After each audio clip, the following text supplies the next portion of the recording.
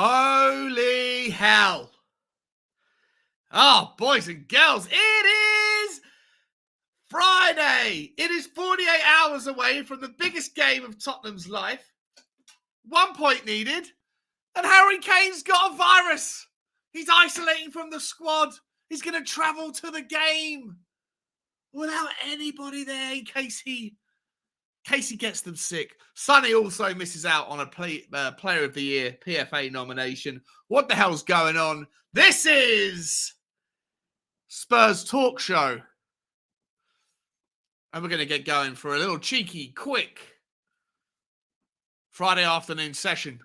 It's 1:45. Not quite. It's 1:42. I hope you're well. Spurs Talk Show. Let's go.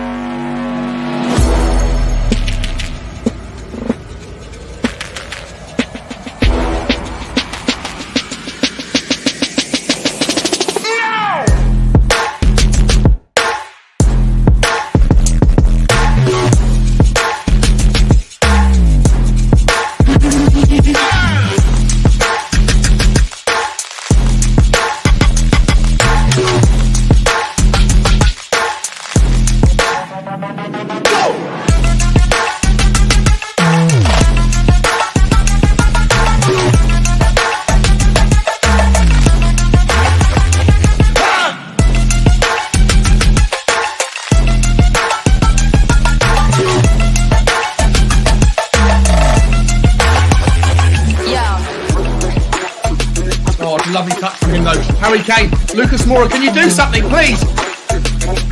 Last chance. Last chance! Matt Doherty! Oh, you shite! There could be from the dead to the don't fuck it up now! Don't fuck it up! Go win it! Go win it! Go win it! Let's go! Last chance! Stephen Bergwijn! Stephen Bergwijn's through! Win it, Stephen! Come on! Yes! Yes! He's won it! He's gonna win it! Oh my God! Oh my God! Oh! We did it!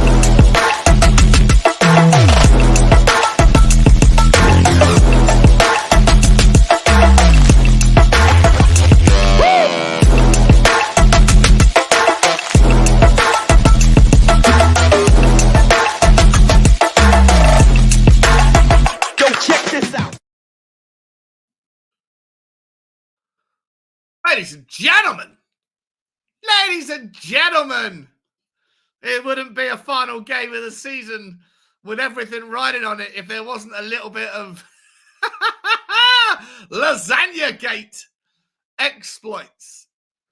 And this is what's happened this morning. It was all going a little bit too smooth. It was all going a little bit too quiet. And Gary Lineker comes out with a tweet. We're going to get to that in just 1 minute. How's everybody doing? How's everybody doing? It's Friday. It's an impromptu show. It's 1:44. I don't know how long this is going to go. We got my big man, my best mate in the corner who's going to come in and join me as we go through some of the news items of the day. It was going to be just about the transfer gossip. We were going to be looking at Darwin Núñez. Look at his stats. We were going to look at the stats for Patrick Schick from Leverkusen. We were going to talk about all that stuff. But now we've got other things to talk about, as well as Heung-min's son, our boy Sonny, getting disrespected. He's getting the backhand of the Premier League because he's not even invited into the shortlist. The shortlist for PFA Player of the Year. It's madness. It's absolute madness.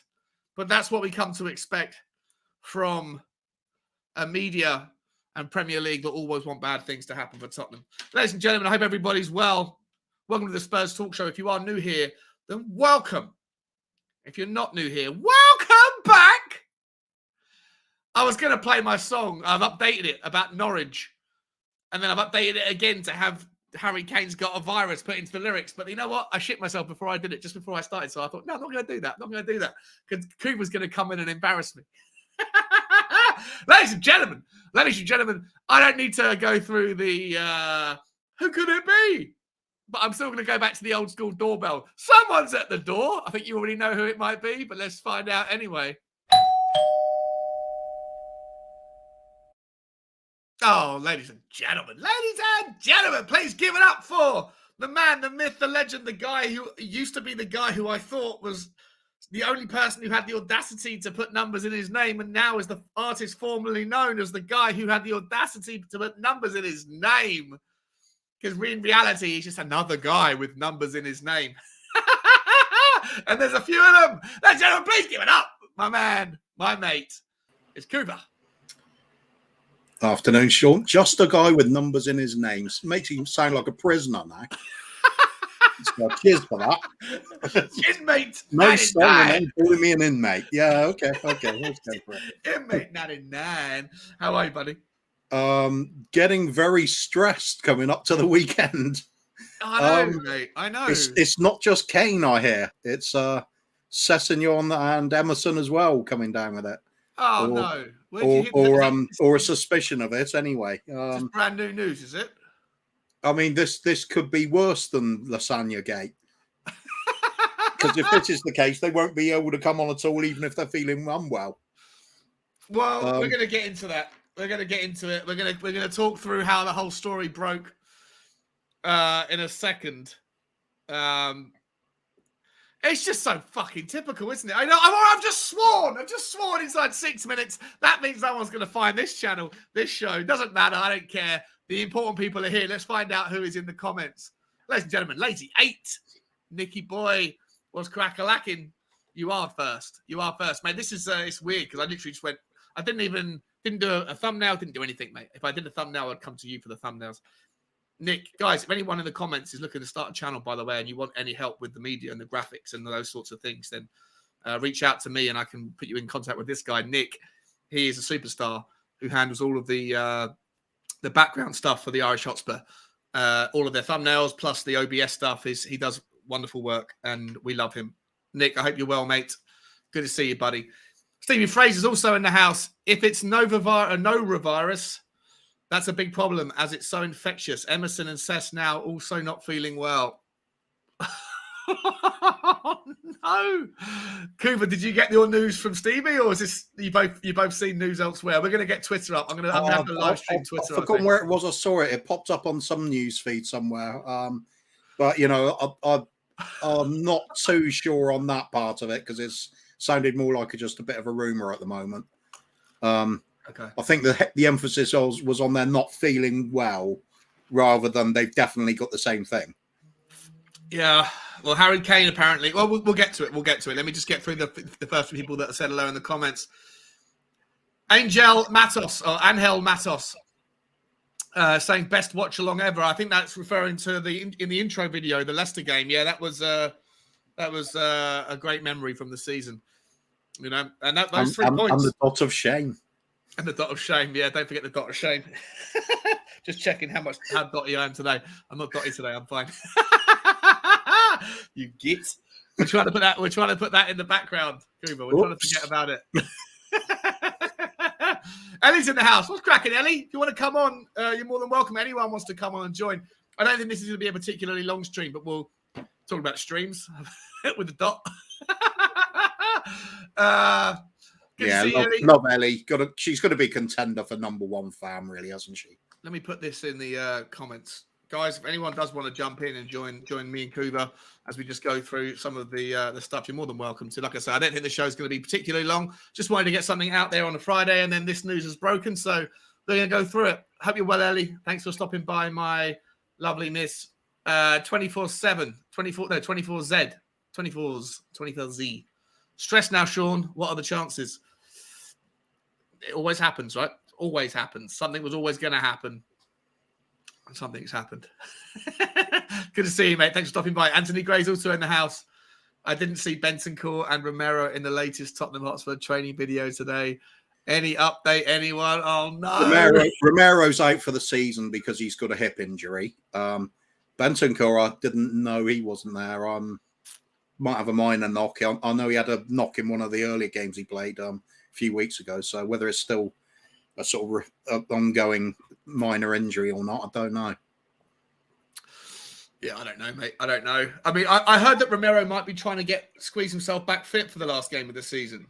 So I don't know if what Anthony's saying is anything to do with the fact that maybe he was training, maybe he did find a way to get himself back. But listen, what we're going to do in a minute, once we get through this, I'm going to pull up some news, I'm going to go live stream Twitter and just and then see what we can find and see if there's any updates. We are also going to talk a little bit about the transfer news.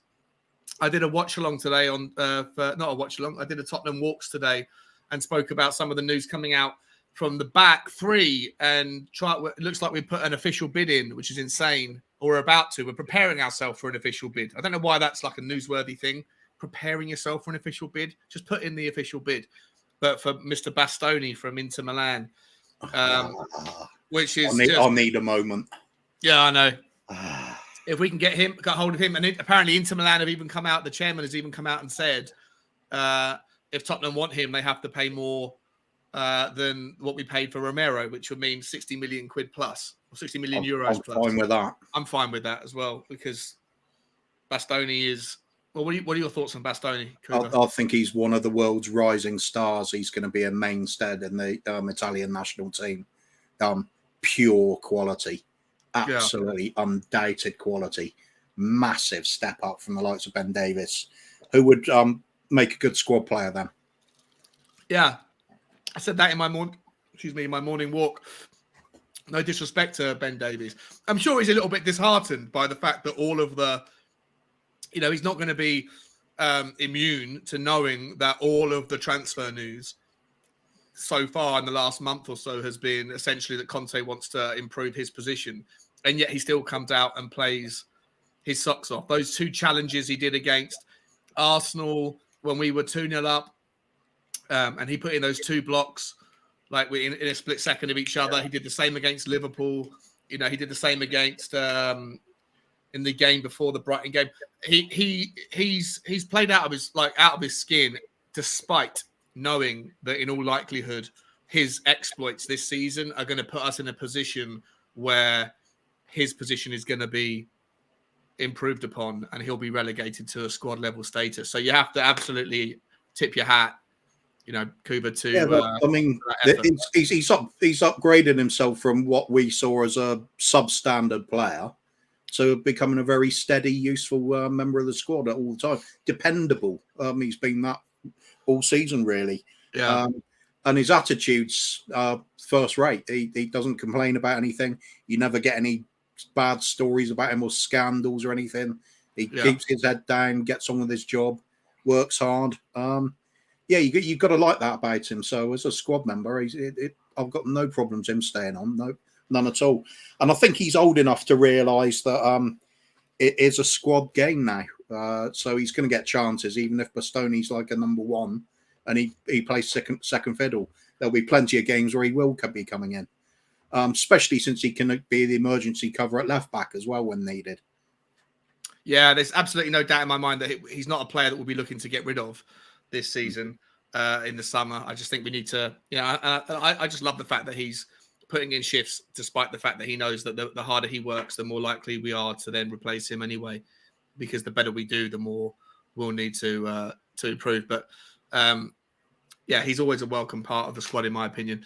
Ellie saying, idiots, they are such twats. Sonny has been brilliant this season. How dare they ignore him? We will come to that in a moment, Ellie, because it's an absolute disgrace. I've got the names of the 6 players that are in the shortlist. It's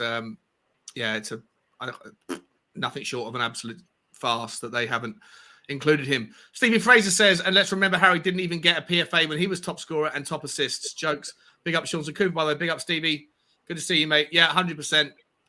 There is absolutely a conspiracy out. That's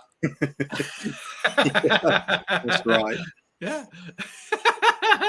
Inmate 99. Kuba. I think the trouble is I can be the prisoner and I can be the big bubble that chases after him. No, I'm going to be the bubble today, mate. I want to be the bubble. Peter Kipp, nice to see you, buddy. Hope you're doing okay. He says, well, top 4 we thought. Oh no. Don't be like that. We're not going to change our mindset. We're not going to change our positivity. Hopefully we've still got 48 hours, although I don't know how long 48 hours really. If this was happening to Arsenal, they could get an entire season postponed. Yeah. Yeah, well, you can't postpone the last game of the season, can you? No. You have to play, right? So, yeah, not ideal, but good to see you, Peter. I want trophies. He's saying, when we win at Norwich this weekend, Stell will still not accept we got top 4. He'll say that the players will build time machine, go back in time and score 3 own goals against Burnley and the Arsenal game. Yeah, listen, yeah, Stelios, and it's not just Stelios, lots of people that have, at least he owns it. To be honest, to be fair to him, he's owned his negativity. Or his, perhaps he spent last night cooking up dodgy lasagnas and getting down. Yeah, maybe it's him. just to prove his point. His reputation means more than Tottenham getting top 4. Maybe. Well, look, listen. A lot of people love Stell. Their channel, Tottenham Away, is absolutely flying. If you guys haven't checked it out, make sure you go over there and hit the subscribe button. They've just going great guns at the moment. So a lot of people obviously. Listen to Stell and to Iggy and to JP, I think the other guy's name is, and to and love what they say. So big up to them. And but yeah, it'd be lovely if we got top 4, and hopefully there's no time machines that are going to be invented next week. Ellie's saying, I'm going to yell, let's be Avenue to Delia Smith on Sunday. Has just got a ticket from my bro. Wow. Those tickets are going for, like, if you want to sit in the away stand, they're like 900 quid a ticket. What? £900 a ticket. Yeah, you can't buy. Well, and if I'm entirely honest, I'm pretty sure that like half of the home support stand is going to be, the Norwich fan. A lot of the Norwich fans. Yeah, they're going to be a lot of Spurs fans that seem to. I think even Norwich, the official Twitter came out with like a statement saying, "We're aware that it's likely that a lot of the away support will find their way into the home support this Sunday. So we'd like to remind everybody of the stadium rules." I didn't click on the link, but if it's 900 quid for an away ticket, whereas you could pay 150 quid, to someone with a season ticket who doesn't really care about going to the last game, you'd pay the. I don't think Norwich is the sort of club we associate with any crowd trouble anyway, so probably be all right. Yeah, I'd hope so. Yeah, congratulations though, Ellie. That's insane. That's really cool. I would love to know how much he paid. Maybe don't put it in the comments, but let me know on WhatsApp. And I hope you have a wonderful time, and make sure you absolutely scream at Delia as well. Let's be having ya! Zoe's in the house. Big up, Legends. Fingers crossed. It's Norwich, so hopefully we will be okay. Sun and Bergwijn up top. Man, Zoe. Is that what we're dealing with? We're gonna check in on Twitter in a moment. I'm sure in the last 20 minutes there's been some updates, no doubt. Al's life. Alan Harris in the house. Hi boys, hope you're all good. I'm good, Alan. I think Hoover is too. If you want to come and join us, mate, you're more than welcome. As the same goes to anybody else. The link is in the chat there. So be more than welcome to come and join us, and we'll just talk about what's going on at the moment. John Fitzpatrick is also in the house. Big up, Sean and Cooper. Big up. Johnny boy, hope you're well, mate. Hope you're well. Can't make up my mind whether a thumbs up or else going like that to start with. Bertie Hotspur. Love that, Bertie Hotspur. It's a great name. Greetings, Sean and Cooper. Only ones missing from training were Bentancur, Bergwijn, and Romero. Wow. So Romero we know about. Bergwijn, is that just because he's like feet up, don't care? Like I'm almost of the opinion. The fact that Bergwijn didn't even get 10 seconds at the last home game of the season, Cooper, at Burnley, like, do you think that like Conte's kind of saying you don't even deserve a goodbye moment? I don't think that'll be it somehow. It's more likely, in my opinion, that he's another one that regularly picks up little injuries, little knocks here and there, and muscle strain. So they might just be taking it easy or light training, perhaps doing a bit of light ball work between them while the others go through the standard training. Could be a lot of reasons. Okay. There's someone in the background, and I was just about to bring him in, and it's a surprise guest, and we were going to play the Guess the Who, Guess the Guest game. But is it Arteta? No, it's Delia Smith. She's got the recipe for whatever's gone into the food. I've got respect for Delia Smith. Ladies and gentlemen, we got another guest coming in. And let me find it. Let's find out who it is. Who do you think? All right, next contestant, spin the wheel again, please.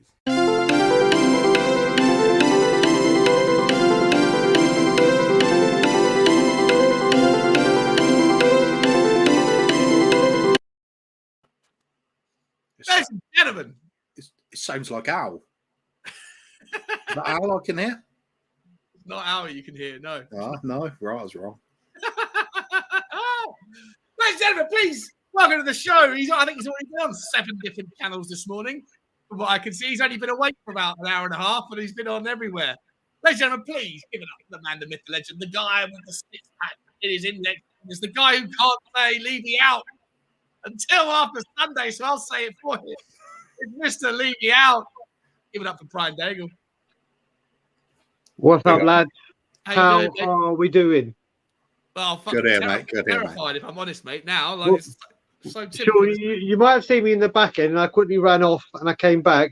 It's only 9 a.m. in the morning here, but I saw you having a drink, and no one should drink alone, so I'm having an alcohol-free. I'm not having at 9 a a.m. At 9 a.m. So L'chaim.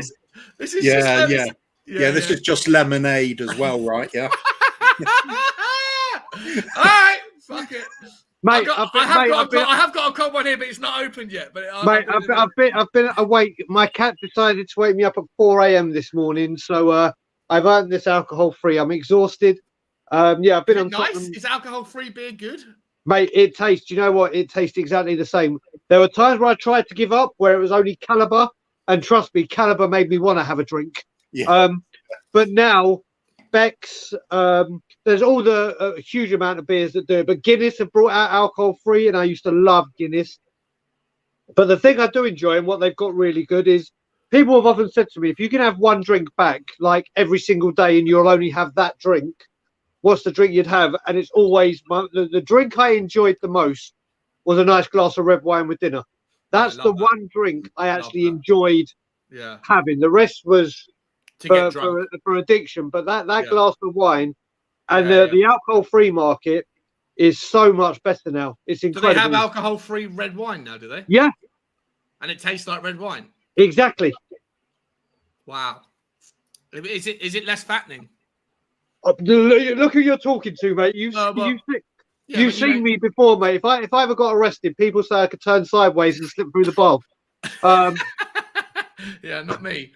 But now, since I've given up smoking, I've started putting weight back on, which is fantastic. So, long may that continue. You still vape, though, don't you? I'm still vaping. It's been 2 months now, just over 2 months without a cigarette. But my appetite has come back, and I can't stop. But enough of my eating and addictions. This is a Spurs stream. That's okay, so yeah, it's good. I'm glad that you found something where you can still enjoy the flavor, but not get the the negative sides of it. Exactly. I'm probably gonna have to start moving in that direction soon, but not until after the season goes. Well, I'll tell you what, Sean. When you come round mine, like we said, when you, me, Kiriakou, and everyone get together, these will be stocked up, and you can try a few. All right then. What I might do is I might go 1-on-1. I might have one. There you go. One and then one not, and then see what happens. There you go. There you go. All right, then we just get through the rest of the people. Vodka into the top of the bottle each time, yeah. There's always a workaround. Anthony Gray saying, I saw Bergwijn. I'm sure I did, but he stands to be corrected. Listen, I don't know. We're going to figure this out in a minute. We're going to get onto Twitter and update everybody and see what's going on. Ellie, are you going to the match, lads? I'm not going to the game, Ellie. No, I couldn't get a ticket. I actually played poker last night. I played in the big tournament of poker last night, and I spoke to Nick Collison, Barry Ranjit, and I said to him, if I do really well in the tournament, because it was a final day of like a big tournament, and if I qualify, if I got into the final areas, it was going to be like a 10 grand minimum win. And this was the night before last. And I said, if I get to the final table, I will buy myself and you, Nick, just because Nick was on the phone to me. I was like, I'll buy us a ticket. Also because he got me the Arsenal ticket, which was fantastic. But I actually got kicked out on the second hand of the poker tournament. So it didn't work out. But anyway, to Ellie, I didn't, like 900 quid for an away ticket. It's too much money. So unfortunately, I'll be watching it. Apparently, guys, I heard Kyle Patrick Vineyard on We Are Tottenham TV saying that Sky Sports are putting the game, the Tottenham Norwich game, on the red button. So yeah, do you know what? Apparently they were going to do that, but I've heard from other people they might not be. So it's not 100%. But there is definite talk of it. But if you look at it now, yes, Tottenham, Arsenal, but I think the games they're going to be doing is obviously Man City and Liverpool. Yeah. And then you've got the relegation dogfight, haven't you, with yeah. Burnley and Leeds. So they yeah. may be the. I don't understand why. The one thing I will say on times like this is I don't see why BT aren't allowed to get the other. You know what I mean? They on the final day. I mean, I get all the games here anyway, so it doesn't matter. But back home on the final day, you should be able to see your team play. Yeah, I think so. If every single game is played at the same time, then the rules should be slightly different. But exactly, it is what it is. I can't wait until Netflix or one of those streaming channels outbids Sky for some live sport, because at that point, Sky TV in the UK at least will be dead and buried. The amount of money it costs to have a subscription, just frankly to watch sports, then you also have to watch adverts all the time. It's an archaic system that is so out of date and incredibly lacking value for money that it's not even true. So for me, I feel like Netflix or one of those kind of companies are going to eventually get into live sports and hopefully rewrite the system so that every game can be watched live for a certain monthly subscription fee. You know what it is, Sean? I'm surprised that Sky or BT or a channel, so to speak, hasn't come out where you could buy a season ticket for your team. Yeah.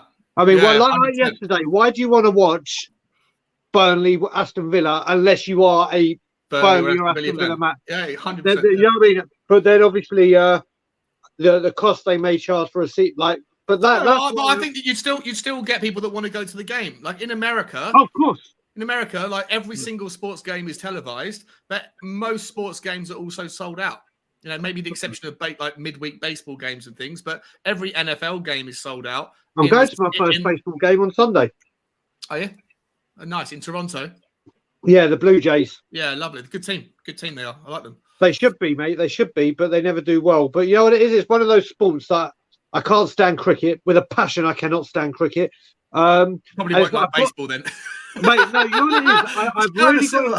I've really got into my NFL. Really got into it. Hence that Saints hat that always gets seen and got. Why are you wearing that Saints hat at Spurs? It's like because it's cold. Yeah. And ice hockey I enjoy, but the rules and the speed of it is just NBA. I don't mind, but. Everyone says going to a baseball match is completely different than watching it on TV. And I've lived here for 4 years, and it's my wife, my mother-in-law. It's a great experience.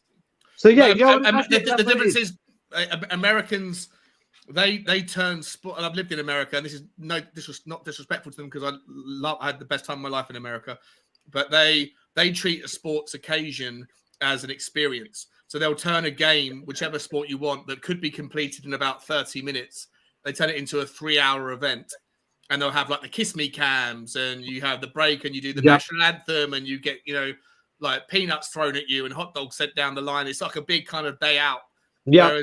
Whereas in the UK, sports events are generally about the sport, and it's you've got 15 minutes to buy your beer, drink your beer, get back to your seat because the game doesn't wait for you. Whereas it's the other way around in America. But it's bank holiday weekend here as well, so. So it's the Sunday before the bank holiday Monday. So I'm sure that it's just good. Like you said, Sean, it's going to be an experience. Yeah, I mean, you can't live here and not try and witness these kind of things. If I enjoy it, brilliant. I'll go to another. If I don't, at least I can say I've done it. 100%. It's kind of like the pub experience over here, isn't it? I mean, my local landlord, he always used to say, end of the evening, clap his hands together. Right, I've had your money now. Oh. Yeah. Yeah. See you next Friday or next Tuesday, whatever. Let me finish getting through these people that are well, because I haven't actually. There's half an hour in. I still haven't finished saying hello to everybody. Side Dancer, THFC, what's happening, Simon? I hope you're okay, mate. Still need to get you on the channel, bro. It's really poor of me to have not sorted that out. Hi guys, if Kane is out, Sonny will relish playing up front and will be the top goal scorer. I love that, mate. That's a really nice way of looking at it. And we're gonna get through that soon. Si, I'm gonna reach out to you on WhatsApp. Carl Simpson, How you doing, Carl? Good to see you, bro. Afternoon, gents. I'm sure everything will be fine by Sunday. Hope so, mate. There's only 2 days left, so if there is any Sorry, truth, can I just have one thing into this? I'll let you get back. The thing is, well, who's to say this isn't Conte doing mind games? This could be very, very. Yeah, I mean, you see it with players. Yeah, do you know what? Whether you think it is, I mean, when I was on We Are Tottenham TV, Gary Lineker said something. Then he said he was joking. Now he's saying he's not. And then Alistair Gold has tweeted. But this could be simple mind games. 100%. Yeah. Could be, but Harry Kane has apparently cancelled his. No, he hasn't quit. Don't say that. He hasn't quit. Sorry, he's cancelled his afternoon. Yes, that he has. Events or whatever he had to do, right? So it makes you think that there's something more to it than just mind games. But maybe you're right. Luke's in the house. What's happening, Luke? He's saying £900 for a fucking ticket to a football game. It's frankly disgusting. Capitalism for the win. Well, this is the thing as well. Even in my Leave You Out group, Sean, they will sell their ticket or whatever, but they'll do it at face value. Why are Spurs fans ripping off Spurs fans? It's disgusting. Everyone's trying to make a buck, mate. You know, the cost of living. Unfortunately, we'd love to live in an idealistic world where everyone, you know, like is happy to share the love if they can't make it or whatever. It just doesn't work that way. You know, it's not just Tottenham fans, mate. It's fans everywhere. Oh, no. There's money to be made. There's money to be made. You know, and people are trying to. I mean, like the amount of tickets that I saw, these poor people. I remember the guy from India or from Thailand or someone for the Tottenham game, for the Arsenal game. He spent an absolute fortune, like 500 quid on a ticket. Turned out to be fake, and then someone else big up that guy. Big up that guy. I'm not sure who you are, but if you are watching by chance, then much love to you. You are the exception, not the rule. Al's house. Oh, sorry. Side. Crowd trouble at Norwich, throwing mustard around. I like that a lot. Alan Harris in the house. At Cuba in the 80s, it used to be pretty naughty. I'm not sure. Carrow Road. I suppose all grounds have had their moments. Yeah, okay. Alan, no worries, mate. No worries. Next time. Chris Agomba's in the house. What's happening, Chris? You're saying, Shion! What's happening, Chris? Hope you're well, mate. You're more than welcome to jump on, as is anybody else who wants to come on. I am going to hurry up and get through the rest of the people here because I do want to talk about the actual thing that we came on to talk about. Daniel Levy, Stevie Fraser, we spoke. Adrian, how you doing, Adrian? How you doing, Sean? Let's not panic. We've got this, even if Kane is out, which I doubt. We'll figure that one out. Carl saying Brian Daigle. Ellie's saying, Sean, you should bottle your laugh and make a fortune. I don't know. I think it's actually quite annoying. I've listened back to a few. I think I'm going to change my laugh for season 2. I'm going to start with like, going to do something different. If you do it enough, if you repeat it enough, it will become. That was phenomenal. That was phenomenal. Something like that. That's all, folks. Change it. Disney, come on. Yeah, Disney is gonna come after me, aren't they? Big up John. I love this man. I love everyone, but I haven't spoke to Fitzpatrick for ages. Big up, my man. Big up, Johnny boy. Good to see you, mate. Stephen Fraser. Let me rush through. Who else is here that I haven't said hello to yet? Mark's Grumpy Cousins is saying, "Big up, lads. How are we all? Big up, Marky. I hope you're well, my friend." Potomac's also in the house. Big up, gentlemen. Just heard that Son didn't even get nominated for the PFA. We are going to talk about that in a second once I hurry up and get round to getting through everybody. John saying Sean the second hand. I'm not sure what that's regarding to. It must have been a little while back. Coco's in the house. Haven't seen you before, Coco. Welcome, bro. Welcome, bro S. Sis. Welcome, sis. I'm not sure who that would be. Jim Bird Coys. Afternoon, people. Oh, Good Jim afternoon, Bird, Jim. top man. I'm not sure I've seen you before, my friend. So thanks for stopping by. Top man, this dude. Top man? Welcome. Then welcome back anytime you want, geezer. buddy. Tyler's also in the house saying, Conte just said we've had some issues, but expects Kane to play. Of course, right now, the conference, the press conference is going on. If anybody else, Tyler, if you could do it, if anybody else could do it, can get some quotes out of the press conference, that would be awesome. Who else we got to say? Say hello to Bobby K's in the house. Good morning, Sean, Cooper, Brian, and everyone in the chat. What's crack-a-lacking, Bobby? I hope you're okay, mate.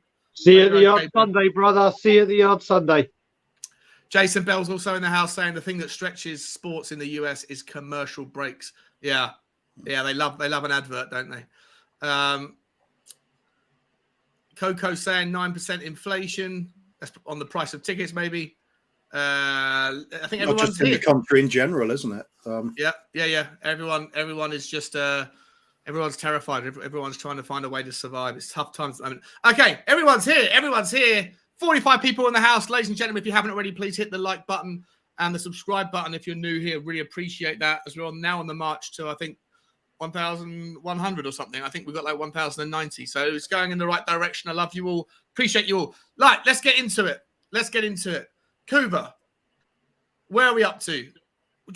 Where would you like to start? Would you want to start with the transfer news? Do you want to start with looking at people like Darwin Núñez, or do you want to get to the more? I thought we should start off on Sonny. Let's get this outrage out of the way. Okay, so the bloke has been absolutely outstanding all season. So consistent, constant goals.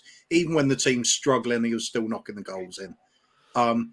He's been nothing but phenomenal for us ever since he's signed. Model professional, gives everything every game. His goal scoring record from playing out as a wide attacker for a lot of the time is just exceptional. And how lucky we are to have him. Now, why does he not get the respect he's due this season? Because he's not fashionable enough. We're not fashionable enough. We're not a Man City or a Liverpool. Is that the reason? Let's look at the 6 players that have been nominated for the Player of the Year. Right, Conor Gallagher of Crystal Palace, Mohamed Salah of Liverpool, Trent Alexander-Arnold of Liverpool, Kevin De Bruyne of Manchester City, Phil Foden of Manchester City, and Declan Rice of West Ham. Right. Look, I think that if we're gonna suggest that Sonny should have been in there, then you have to acknowledge that Mo Salah should have been in there, right? Because Mo Salah currently has scored 1 goal more. He's done more assists. And Liverpool have obviously been a team that have had at least the quadruple in opportunities, in no small part because of his efforts. So, can we agree that Mo Salah should be in there? If we want Sonny to be in the 6, then Mo Salah should be, right? Is that fair? Do you want to go, Brian? Yeah, I said this on We Are Tottenham TV, and I'm going to be careful what I could say because this could take me on a whole tangent, going way beyond football. Don't be careful. Say what you No, because I'm absolutely sickened and disgusted and furious about this decision, and this just goes to show how fucked up this country is in a long route of things. Like I said, when I come back every single time to England, and this has happened since I lived in Israel in 2004, when I used to come back every year, there's subtle changes or big changes in the country with how this country is going and whatever. And yes, we're only talking football now, but how in the world? Yes, do you know what? So true. I completely forgot that Salah wasn't even mentioned in there. I'm just disgusted. You see the television media and the written media in our country and around the world bask in the glory that is Son. Bask in the glory that is Heung-min Son, and how phenomenal this man has been. Yet when it comes to shit like this, he gets overlooked. And I'm sorry to say this, and people are right. It's because he's Asian. It's because and it's not. If he was European, okay. If he was European, he's in there. He's in there. Now listen, you look at, and I will go that far because now I'm an outsider looking in. If you know, living here, I get to pick up on these things that happen. You look at it. You look at that list you gave. Now, Phil Foden, has he had a sensational season? No. Is he a young English guy that does well for Manchester City, and Manchester City are always challenging? Yes. Conor Gallagher, don't get me wrong, that guy is an incredible talent. Absolutely phenomenally outstanding.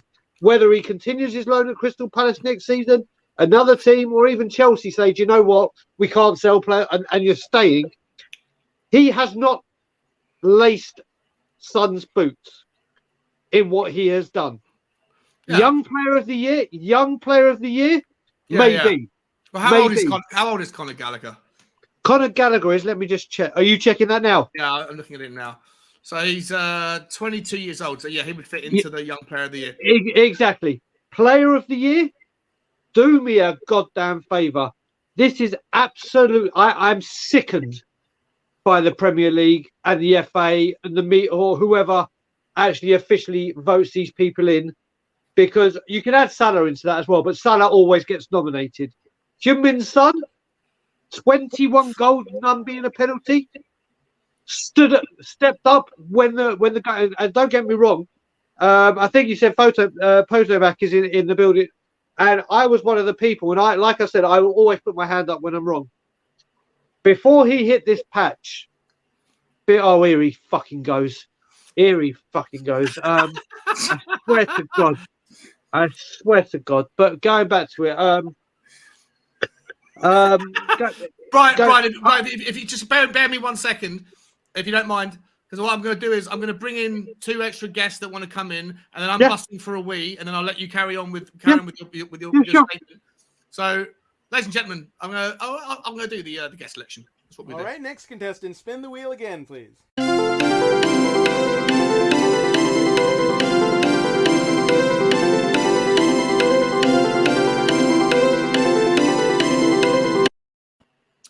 Ladies and gentlemen, talking about if there's an area of the world that if Brian has any truth to what he's saying, that it's something to do with him being Asian, then maybe this is a way to bring in someone else who's from a different area of Asia originally, I believe. I wonder who it could be. It's Bobby Caven. Sorry. Okay. Oh, hello. What do you mean, Bob Spur? What, all us brown guys are the same? Just because we both have the name Bob, we're both brown, we speak English?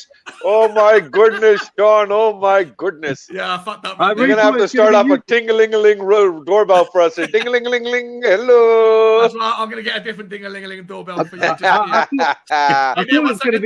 I thought it was going to be Eugene, the way you said that, a different part of Asia. The Asian thing. Okay. No, that's what I was wondering too. I was like, the Asian thing, but then he said originally. So I was like, I think Eugene's still there.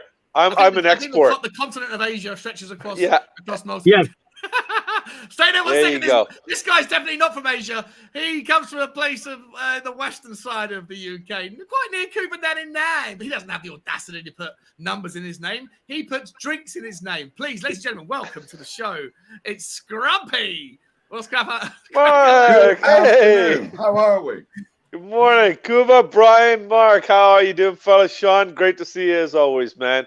Good to see you. And of course, hi, Bugsy. She's downstairs. She's in the mood with me. She's on season, so in heat, whatever you want to call it. So yeah. You told me about that a little while ago. It's a pain in the ass to walk right now. Yeah. It's a nightmare. Listen, but guys, if it makes you feel any better, when I'm in heat, I'm hard to walk to. I'm going to go for a wee. I'm going to hand back over to Brian because he was in the middle of a rant. And Brian, I'm so sorry one ding-a-ling into the show and you're off to get your ding-a-ling out.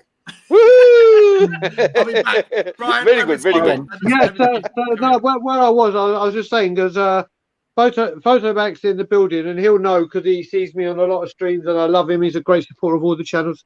Or she. I've never known if it's a woman or a man, but I've been critical at times with some this season, and in my opinion, rightly so at times. But I use this phrase, overplayed and undervalued all the time. And when I say undervalued, I don't mean financially. I mean the fact that he has to play every single game if he's fit. There's no rotation. There's no time for him to have a rest. And I think it was me being very, very critical on him because I expect so much of him. But when the going gets tough, the tough get going, and the big boys come out to play. And he put his big boy pants on, and he's come out to play. And I made a wrong assumption or a wrong, but the way this has gone on, with how he has not been picked for Player of the Year, this is not based on. It's becoming fucking Eurovision. It's becoming Eurovision with Player of the Year, where I just do not understand how this man is not on this list. Like I said, Conor Gallagher, great player. You're young player of the year. You're not even... Dele Alli was voted young player of the year for 2 years. He did not go straight up into player of the year. Look at the 2 seasons Dele Alli had. More things done than Dele Alli? 100 billion%.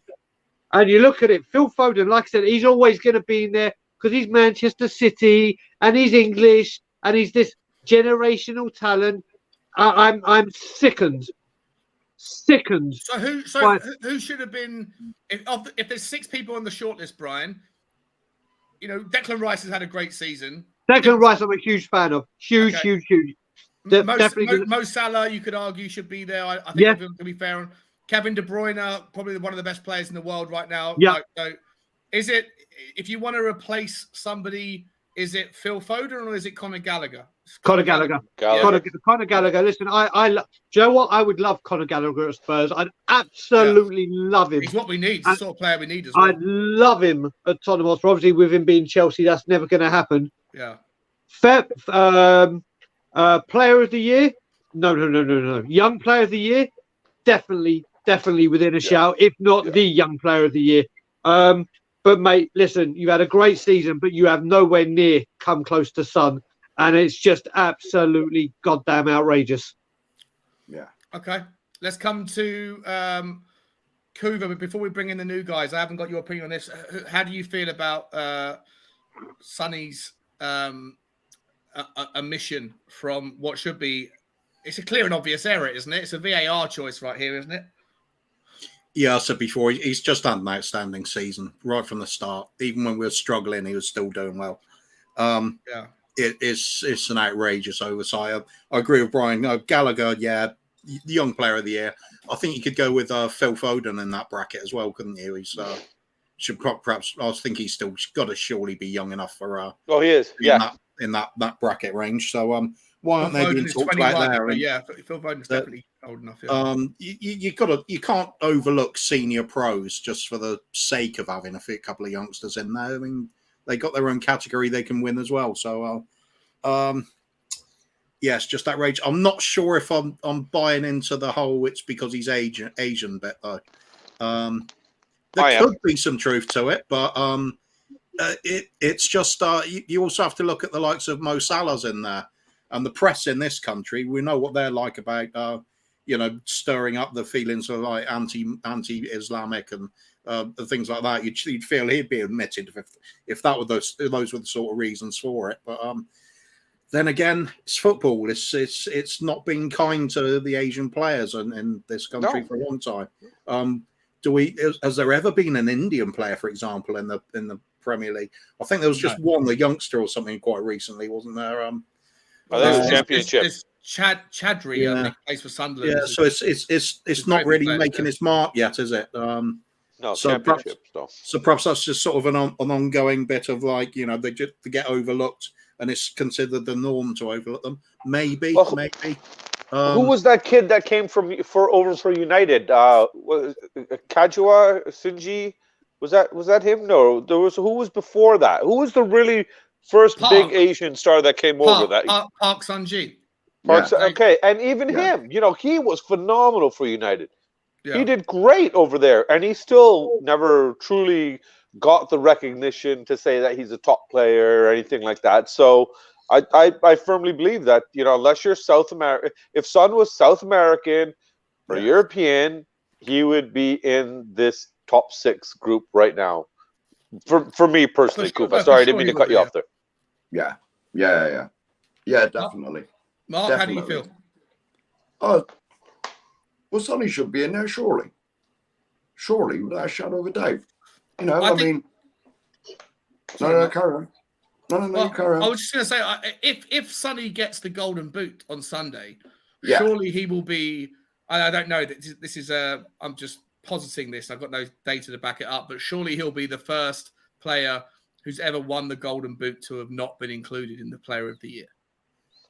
I would have thought so. Because every time Harry's won it, he's been in the list, hasn't he?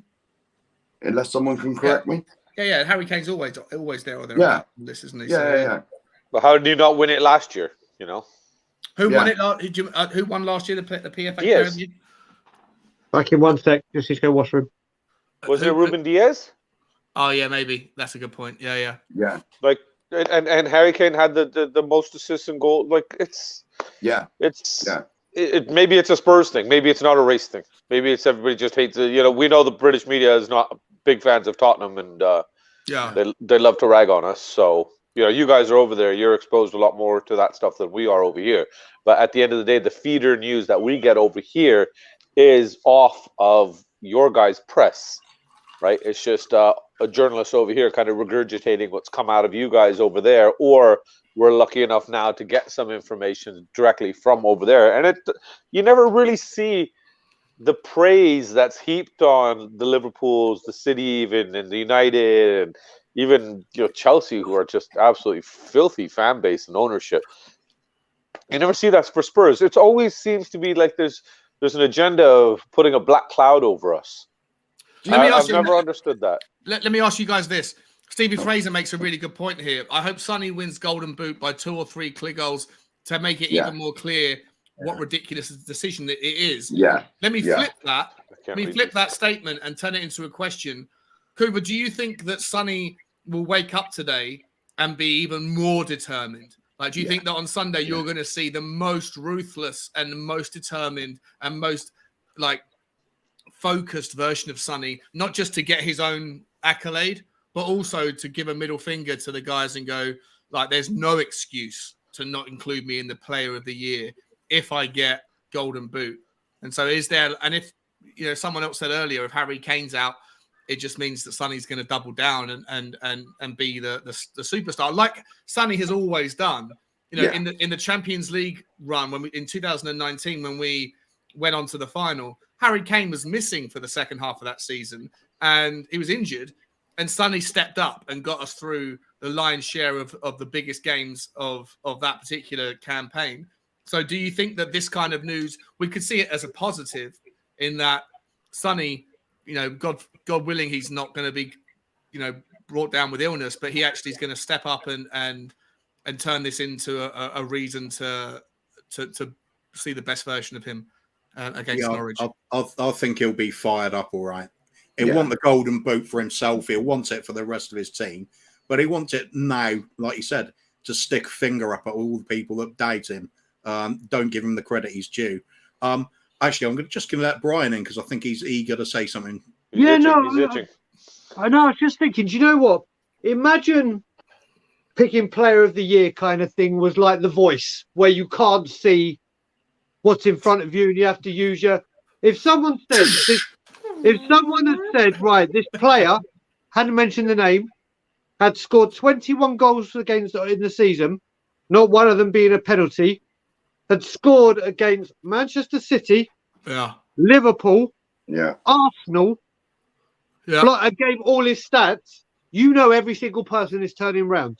He's also set the record That's a good point, Brian. For the best ever partnership in assists and goals combo. Exactly. Yeah, that's another. And then he's won Player of the Year for Spurs fan. Like the 3 categories he'd won it in.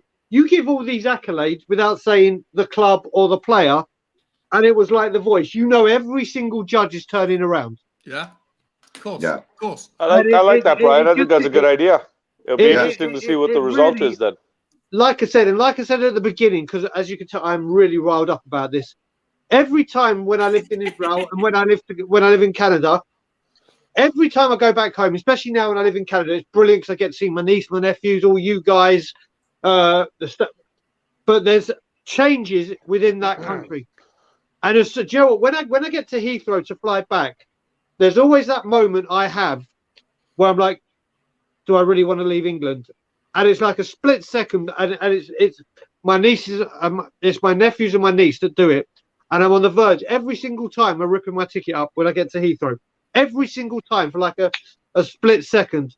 But the second I get back to Canada, I'm like, oh, thank fuck, thank fuck. You see me? No, because it's just. Oh. It's just honestly. People, listen.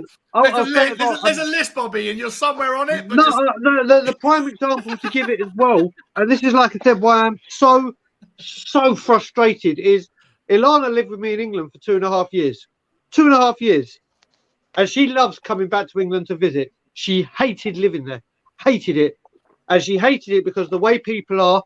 And I was like, "What are you talking about? This is kind of." But when you come over here and see how people are and friendly and warm and whatever, and listen, don't get me wrong, there's racism over here, but not It's mainly indigenous people, unfortunately. I've been here for 4 years and only seen racism once with my own eyes, and that was to me when a stupid fucking Nazi thought I was Brazilian. Thank God. But that's a different story. But it's like you don't have it here, and even Ilana, because of her accent, they used to think she was American, and it was during Brexit. Go back to your own fucking country, and it's a wider problem that's going on back home. But this is like it's just it really has got to me. This whole thing, I think it's absolutely fucking farcical. So Potomac is saying here there's two different awards. One is the Premier League Player of the Season, and the two is the Players Football Association Player of the Season. Some is nominated for the Premier League Player of the Season. Can someone enlighten me what the difference is? It's who votes for it. The players vote for one. The actual players vote for. You've actually got three. You've actually got the football writers as well. Oh yeah. So you've got the journalists, you got the players, and then you got the big wigs up at the top. So listen, when it comes to which one is one that Sonny's been omitted from? The top one, the big one that's nothing to do with the players or the football writers, the big wigs. Gotcha. That go, oh yes, we'll have this one and this one, like the fucking tops and the elites who think they're above everyone. Don't get me wrong, I think Son's going to come.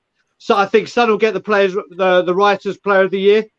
And I think he's in with a very, very, very good shout with the players.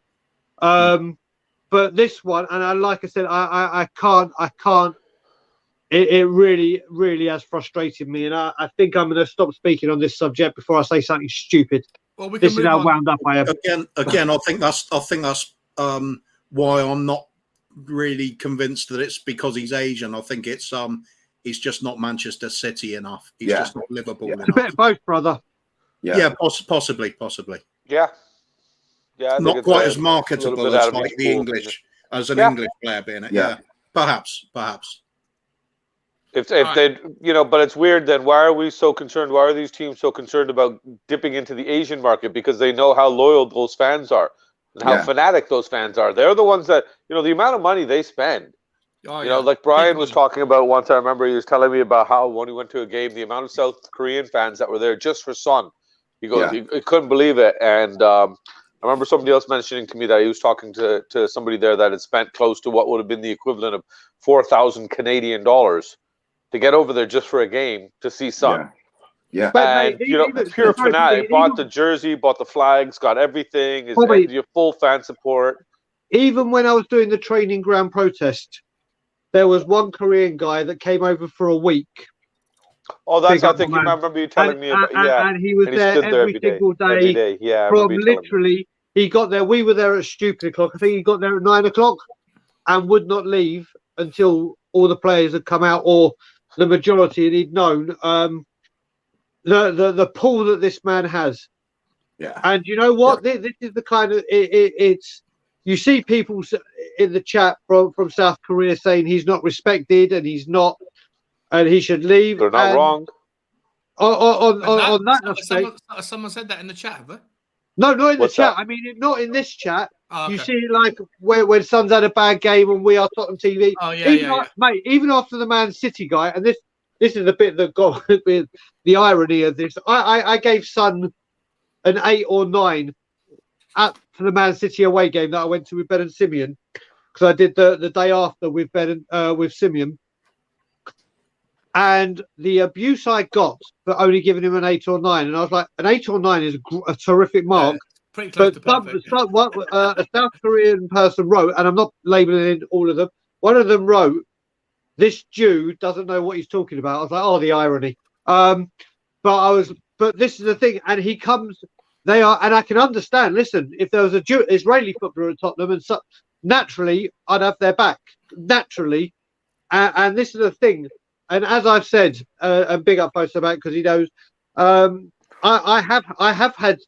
have said things about Son where I think he has had a bad game, but that's my opinion in a game of football. But to be fair, Brian, knowing you, it's not like you're calling out just Son. You call out every player. You call out every player. You call out every manager. You call out. So, I'm not defending you as a friend. I'm just defending you as right now as a member of the YouTube community that speaks his mind when he's out here. I know for a fact, and I can wholeheartedly say, I know that you are not biased in your opinions. Whoever deserves to get stick gets stick. Harry And Kane got it. we as Harry fans, Kane got but we as fans, isn't that our right? You know, Yeah. for the money that we have to pay, atrocious amounts of money that you guys over there have to pay to get to a game, and us over here just, you know, for merchandise and stuff like that, what we have to pay to get it imported and stuff like that. Do we not have the right to voice our opinions? Yeah. You know, do we always have to say, oh, no, that was fantastic. You know, he did great. No, it was okay. It's okay. He had one bad game. No, if he had a bad game, we're going to say he had a shit game. You know, it's the same with me, with my mentality with my kids. If they come home with 10 tests and 9 out of 10 of them, they've got an A, and on one of them, they've got a D, well, I'm going to say, what the hell happened here? Yeah. You know, I got to call them out on it. That's the way I'm looking at it. The fact that you're not sitting here consistently bashing the person every single show. Like, Brian, you're on a lot of shows. You know, you stream day and night sometimes. And if you were consistently had an agenda against a player, we would see that agenda come across the board. I don't have an agenda against anyone at the club, do I? You don't have an agenda against anybody at the club? Hold on now. I don't have any agenda. Wait. I'm sensing sarcasm. I'm sensing a lot of sarcasm. What's that? I'm surrounded by sarcasm, Sean. I'm being flooded by the sarcasm. Can we just clarify this then, Bobby? You're basically having a go at your kids for having a 9 out of 10. So was it you that was calling out Brian then? Listen, first off, I've said it 1,000 times, and I'll say it again. I'm Indian. What do you mean you only got 90%? Where is the other 10? Exactly. All right, guys. So we'll put this one to bed. That's just cultural, Kuba. We'll say that. So we all agree it's an absolute disgrace that Sonny didn't make the top 6. Yeah, not 100%. 1 million%. The only thing I will say on this, Sean, is just finally, what I did hear you when I was in the bathroom is I think this will completely fire him up for Sunday. Completely, that's why I think Mark was trying to get in a chime there. Mark, what were you trying to say? No. What you were talking about, Bobby, about the British press, like having not liking Tottenham. Do you think that's because we've not been successful as the other teams have? But if that was the case, Mark, wouldn't they be bashing lower teams from other leagues consistently? It seems like they want to put a dampen on our spirit all the time. Yeah. Well, because they don't want us to be in the top 6 or the top 4 or challenging for anything. It's just, to me, from an outsider, being over here reading what I read from here and seeing what I see over there, the praise that's heaped on the other traditional top 6 compared to what we get, it seems like there just seems to be a black cloud agenda. Ali Gold is the only writer that I will actually read all of his articles, because the way he covers everything, even though he is a Spurs fan, his neutral perspective and his viewpoints on pretty much the entire situation. He's okay. He's not great. He's not great. And he got to play on the I love that. I think he's fantastic to read. Jay absolutely adores him. I can't stand his, with all due respect, if he's listening, I'm sure he's not listening, but his 1 hour podcasts. I love them. They could be like 10-minute podcasts. It's says me, who goes on, says we're only doing an hour. I was going to say, you're 1 hour in. You haven't even said hello to your 3rd chat member yet. Guys, Guys, get the super chats in, then he'll say hi to you. The one thing I will say about Alistair Gold, and I've always said this with him, what you got to remember with Alistair Gold is there's Alistair Gold, the reporter, that pays for his lifestyle and bringing up his kids and whatever, and then there's Ali Gold, the fan. The fan, and he can't report as Ali G. Could you imagine that? West Side is the best. He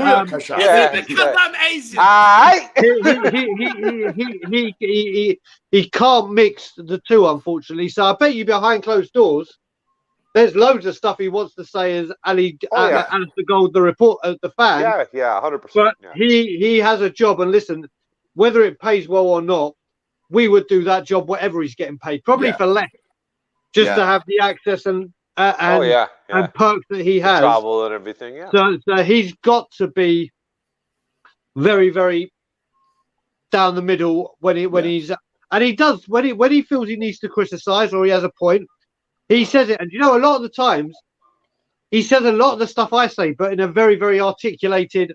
That doesn't sound like a Daigle rant. It's kind of like, do you know what? When like me and my sister growing up, my sister's a brainiac. My sister's a straight A student at everything she did, and I love her to pieces. But if I had an idea and they said no, I know I could give it to my sister back in the day when I was drinking and everything. And if my sister said exactly the same things, they go, yeah, that sounds like a great idea. And I feel a lot of the time that's what Ali G, I've got to stop saying that because Alistair Gold said, because he says it in a very dignified, blocking your ass soon. Dignified way. But yeah, but Ali Gold just cut. Ali Gold, that's better rather than Ali G. Ali Gold says a big up, Iggy, my brother. And I just want to say, if you want to come on, Iggy, you're more than welcome. Morning, Iggy. Congratulations to Tottenham away for hitting 5K. Yes. But they are flying at the moment, and a lot of it has got to do with my brother. And he always knows, and I know he's watching. When we're talking about transfer activity and everything like that, or players we're interested in, if it's an Italian, this is the man I go to. Iggy's awesome. If Iggy says this Italian player or player in the Italian league will be good, that's all I need to know. Iggy, if you've got 5 minutes, mate, I'd love you just to pop on. I can send you the link in WhatsApp. I just want it because I do want to move on from the Sun story and get to the transfer stuff because I think the Harry Kane story. Quick thing that rounded it up, I thought of Sean. If that's all right. Please. Yeah.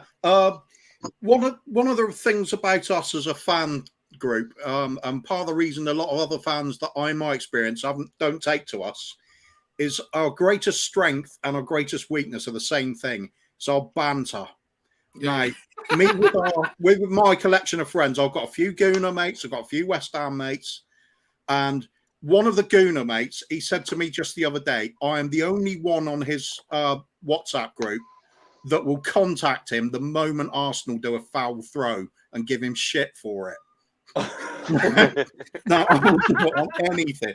And he said in the past, when we go on the great Champions League run, him and three of the West Ham lads, and they're all talking about the same thing, saying, you know what Kuva's like when then Spurs aren't winning anything, giving it mouth, giving it large all the time. Imagine what they will be like if Spurs win the Champions League. We'll never hear the last of it. It'll be like ultimate banter all the time. And there's like a kind of a resentment about it. And other fans really look at us that way. It's not the same. They can put up with easier for their other team to win it. When we're Spursy, they can put up with us having a good moment here, good moment there. But if we become good, it's the same with Liverpool, mate. A lot of my mates growing up that are from Surrey, right? Like the kind of like the most southerny of all the counties. They're all Liverpool fans because Liverpool were good in the 80s, right? And yet they were unbearable when Liverpool weren't even that good. Now that Liverpool are a really good team, they have gone peak unbearable. Like peak pissed me off peak. And I can't stand. I choose not to speak to them as often as I can avoid it because listen, Sean. Sorry, I'll help you with that. The kids are really good at this stuff. They've learned how to block people. I'll get them when we finish the stream. I'll teach you how to show you how to do it. Listen, Iggy, I just want to say, mate, if you do have 5 minutes, mate, I don't know if you're still in the background. If you do have 5 minutes, I'd love you to come on because there was 2 bits of transfer news out today about Italian players specifically for the left-sided centre-back role. One of them was Bastoni. I saw that. Yeah, everyone knows how much we all love Bastoni, but there was also the second level fella, the Brazilian guy Bremer from Torino, who's like a big stocky fella, but he plays he's right-footed, but plays left-sided centre-back. And I don't know too much about him. I've looked up. He does look a good player, and I think he can play across the back three. But to Brian's point, Iggy, you are my guy when it comes to you and Ben Coffey are guys that I go to for Italian football insights. So if you do have a few minutes, mate, I'd love you to jump on and just let us know. There's the thing with that other kid too, the Juventus kid, the American, Weston McKennie. McKinney, thank you. Yeah. There was something about him as well, right? So apparently contact has been made. When we talk transfers, we've got to get ready for this because yesterday I saw after Sam Johnson, Nick Pope, Fraser Foster has now come out of. All right, here we go. Honestly, the transfer rumours are so stupid. It's like me, Ben, and Simeon opening up a kosher restaurant and ordering in bacon. That's how ridiculous Sorry, these is that a transfer bad thing? rumours. Sounds tasty. Sounds really nice, if I'm honest. Yeah, but I love bacon. That's the stuff that's going to go round. These names, I mean, we are the only club, and I have been looking at other football teams to see their transfer rumours, and there are a few, but with us, it's every single goddamn name under the sun, and it's doing my head in.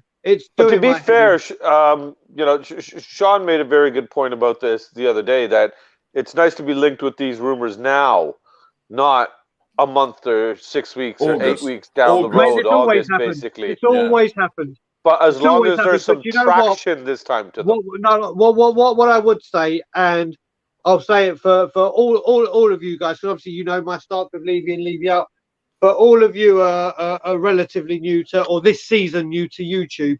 Now that you're on YouTube and you stream a lot, you pay a lot more attention to what's going on. Beforehand, it was just, I hear this rumor, here's rumor, and now it's like, okay, let's check this, let's check that, and you notice these things because obviously you start following more people on Twitter if you're on Twitter, and all these things, and you really, everything sticks out to you a lot more because you got to know this stuff when you're coming on, and the amount of crap that is coming out, and I will call out the Spurs web, because the Spurs web are just the most clickbait, obscene, ridiculous. I did one where they tweeted the other day saying Spurs, and it came from 90 Minutes, but the Spurs web shouldn't be retweeting it, saying Spurs have been notified of Robert Lewandowski's.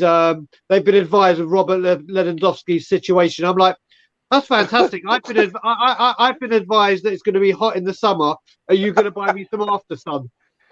Because of course Robert Lewandowski is going to come to Spurs to play second fiddle to Harry Kane, and of course we're going to agree his wage demands, which will be off the chain. It's nonsense, and the amount of groups that and they are the worst. They are the worst for retweeting anything. I'm surprised they haven't retweeted Harry Kane had a yogurt, or Harry. It's just the biggest nonsense. And was it Activia? That's flavor yogurt. Depends on the yogurt. It's got to stop. Did it have the fruits and the seeds and stuff? Well, we've been advised of we've been advised of Robert Lewandowski's situation. He announced he is leaving. The world has been advised of his situation. So when are Messi and Ronaldo turning up? I was just wondering. Got to confirm the Damiao transfer first, though. No. We got Damiao first. We're just about to finalize that. Right? We've been linked with him for what, a decade now? Have we hit the 10-year mark with that, or has it been longer now? Jeez. Well, listen, we'll have to wait and see. No, it's the other way. Dybala, isn't it? Dybala. Dybala's only 3 years. We got 6 more years till we sign him. Yeah, I think Dybala's gonna. It looks like he wants to stay in Italy with Inter Milan. But you know what? We're going to ask our Italian correspondent Iggy in a short time. Oh yeah, there we go. Jump on very shortly, he said, which I'm excited about. It's very nice of him to spend some time. So before we get onto the defensive side of things, other news today came out from actually Ali Gold, funnily enough, football.london. Boys and girls, they were talking about there's 3 players, 3 strikers. Now that it looks as though Dybala is less likely to happen as a striker option, even though I think, obviously when you think about the fact you can get him for free, I know you're going to make up the difference maybe in paying him, probably highest salary in the club kind of stuff, or just below Harry Kane or whatever, or that's going to give Harry Kane the reason to get his new contract, whatever. To get a Dybala would have been phenomenal. It looks as though he doesn't want to leave Italy. It looks as though obviously he cried his eyes out for leaving Juventus. He looks like he wants to stay and go to Inter, which does mean that Lautaro Martinez, which is a long spoken about player for us, it might be up there. But today, Football London says that Tottenham are after either Darwin Núñez. Let me get my I'm going to come to Mark first. Mark, you've been very, very quiet, mate. And, No, that's all right, Sean. I'm used to it. No, I know, but I want I want everyone to get their time, bro. So bear with me whilst I just get this done. Sorry for the infinite screen here. Can you guys see? Can everybody see this? So Darwin Núñez, right? He currently plays for. He's out in Portugal. Glasses. Benfica, isn't it? Plays for Benfica. His value is according to Transfer Market at 36 million quid. Back in a second. Yeah, it's not too bad. He has. Let me try and find his stats, his appearances. Here you go. 28 appearances this season for Benfica. 26 goals. I mean, that's just insane. A goal a game and 4 assists. He's about 6'1". He's a Uruguayan player, so obviously we have the link to Bentancur. Yeah. By the way, talking of Bentancur, did everyone see Bentancur's song from Spurs Song Sheet? No. Oh, mate, I love it. I love it. It's basically to Oasis. He's the reason we're playing on Wednesday next season. That one. Yeah, I love it. Yeah. I love it. He came with his mate. He's from Sweden. He's Rodrigo Bentancur. I'll be singing that at the yard big time. Joe, there's so many songs that come out, but I fucking love that one. Yeah, it's a good one. That one, very good. Look, and so obviously he's got the draw, right? Darwin Núñez is obviously going to. I think he's going to be sought after by a lot of players. He's only 22 years of age. But I'm just going to put out there before we come to you, Mark, the other names we've been spoken about. So Alexander Isak, right? 31 goals, 31 games this season, only 6 goals. He's obviously a Swedish guy, so we've got the connection to Gimme. Gimme. Yes. But he plays for Real Sociedad, and his market valuation is also 36 million. Right, so I don't know too much about Alexander Isak, if I'm entirely honest. I did look at the highlight reel earlier. The highlight reel looks fantastic, but it is a highlight reel. So did Soldados. Exactly, right. And the last player that we've been linked with today, again, all part of the 3 from Football London, is another player who's valued at, funnily enough, exactly the same, 36 million, is Patrick Schick. The Patrick Schick, German player, plays for Bayer Leverkusen. Yeah, absolutely insane player. Plays for Leverkusen. Was he Czech or Croatian? I think he's Czech Republic. Yeah, he's from Yeah. I still remember that goal he scored in the Euros against Scotland, I believe it was. Yeah. Look, the guy. He's the one that scored that wicked, amazing goal from just inside half, right? That's the one. Yeah, beauty. He scored 33. He scored 17 goals. Oh, sorry. In this season, he scored 27 goals. And sorry, where is he now, Sean? He's in Germany. Bayer Leverkusen. 24 goals in 27 games. And for the Czech Republic, he's played 33 times and scored 17 times for his national team. So the Czech Republic aren't exactly a monster in world football. So for me, of the 3, you've got, I think Darwin Núñez has got the most potential, and he's obviously a classy talent. I like Schick. I don't know too much about Isak. His numbers don't wow me. The season before should. The season before this season. Yeah, if you go into his last season. That's right. Yeah, of course. I remember reading about that earlier. Where is he? He's also scored 9 goals in 34 for Sweden. How do I get to his season before? Let me see. Season. Is this? Oh no, that's not it. What's his first name again? Alexander Isak. Okay, let me get it for you. Isak, the last name. I remember that. Okay, let's have a look. So, last season. Oh, here we go. If I change that to 20. Oh, you got it? Yeah, I got it. I'm all over it. Well played, Sean. Played. So look at you, man. Last season, he scored 17 goals in 44 appearances for his team, and look, I mean, he from what I read about him this morning, his season before last, like to Brian's point, it was phenomenal. His form this season hasn't been as good as it was last season, but another absolutely awesome talent. Now, I would love either of those. Mark, I'm going to come to you immediately, but before I do that, just before I do that, I'm going to bring in the man, the myth, the legend. I have to give him, you know what? I don't even need to give him the guest. I'm going to give him the doorbell. He deserves a doorbell.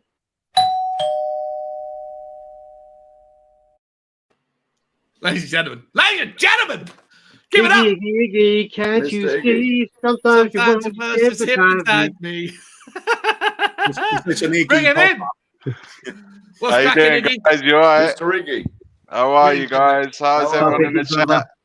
How are you? you? How How are are you? you? To know, did you see The Godfather today? Of course, I've seen The God. How many times? I love those morning videos. That's the best. I love the We way didn't you're see it just on like a video. little kid looking up at the wall and you're really Yeah. talking. I love that, man. That is so Bobby, cool. that wall that we're talking about, the Ledley King. I don't know if you guys have seen it. It is No, never. I can't wait. No. Yeah, mate, Massive. it's huge. Murals. If Yeah. you stand there, you really will look like, because it's huge. Yeah. It's a Brilliant. huge Congrats mural. on the 5K, man. Well Thanks, done. guys. Yes. Thank you very Congrats. much. Thank you. It's Iggy, just- bear yeah. with me 1 second because I do want to ask your opinion on all about the Italian stuff I've spoken about. But I do course. just want to get a quick round the horn of those 3 players. Start with you, Marky. Darwin Núñez, Alexander Isak, or Patrick Schick.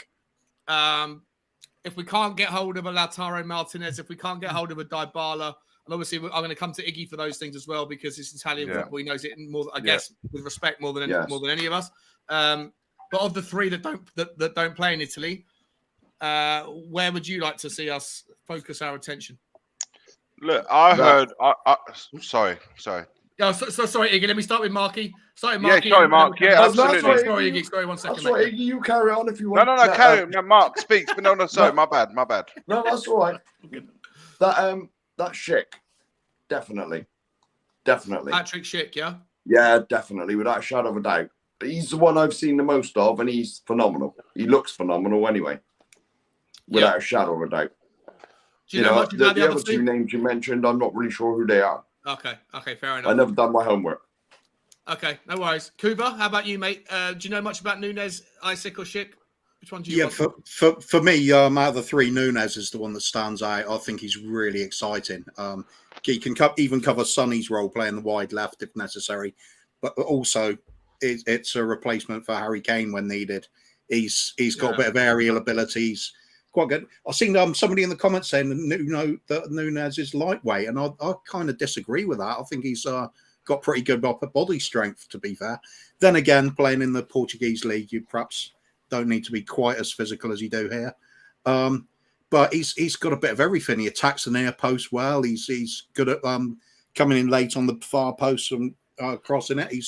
He can cut in, shoot with his right foot. Really good at bending in balls to the far post. The sort of classic sort of cut-in goal scorer's role.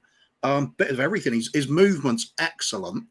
So he'll be causing all sorts of problems for defenders, losing his marker. If we can get him at a reasonable price, I think he'll be a phenomenal player for us. But Schick, I agree with Mark. He looks exciting, and don't know on the no opinion on the other really. Isak, yeah, I don't know much about Alexander Isak I've either. seen the name bandied around a bit, but not really looked into him, to be fair. Okay, Brian. Yeah, for me, if I had to give it in order of the 3 you gave, it's Stick, Isaacs, Núñez, and Stick want Núñez, comes in. And the reason I say that is I'm a big fan of Isaac, but I think with me being superstitious and i.e. a shirt and other things, the last Benfica striker we had was Vinicius. The last Bayer Leverkusen striker we had was Dimitar Berbatov.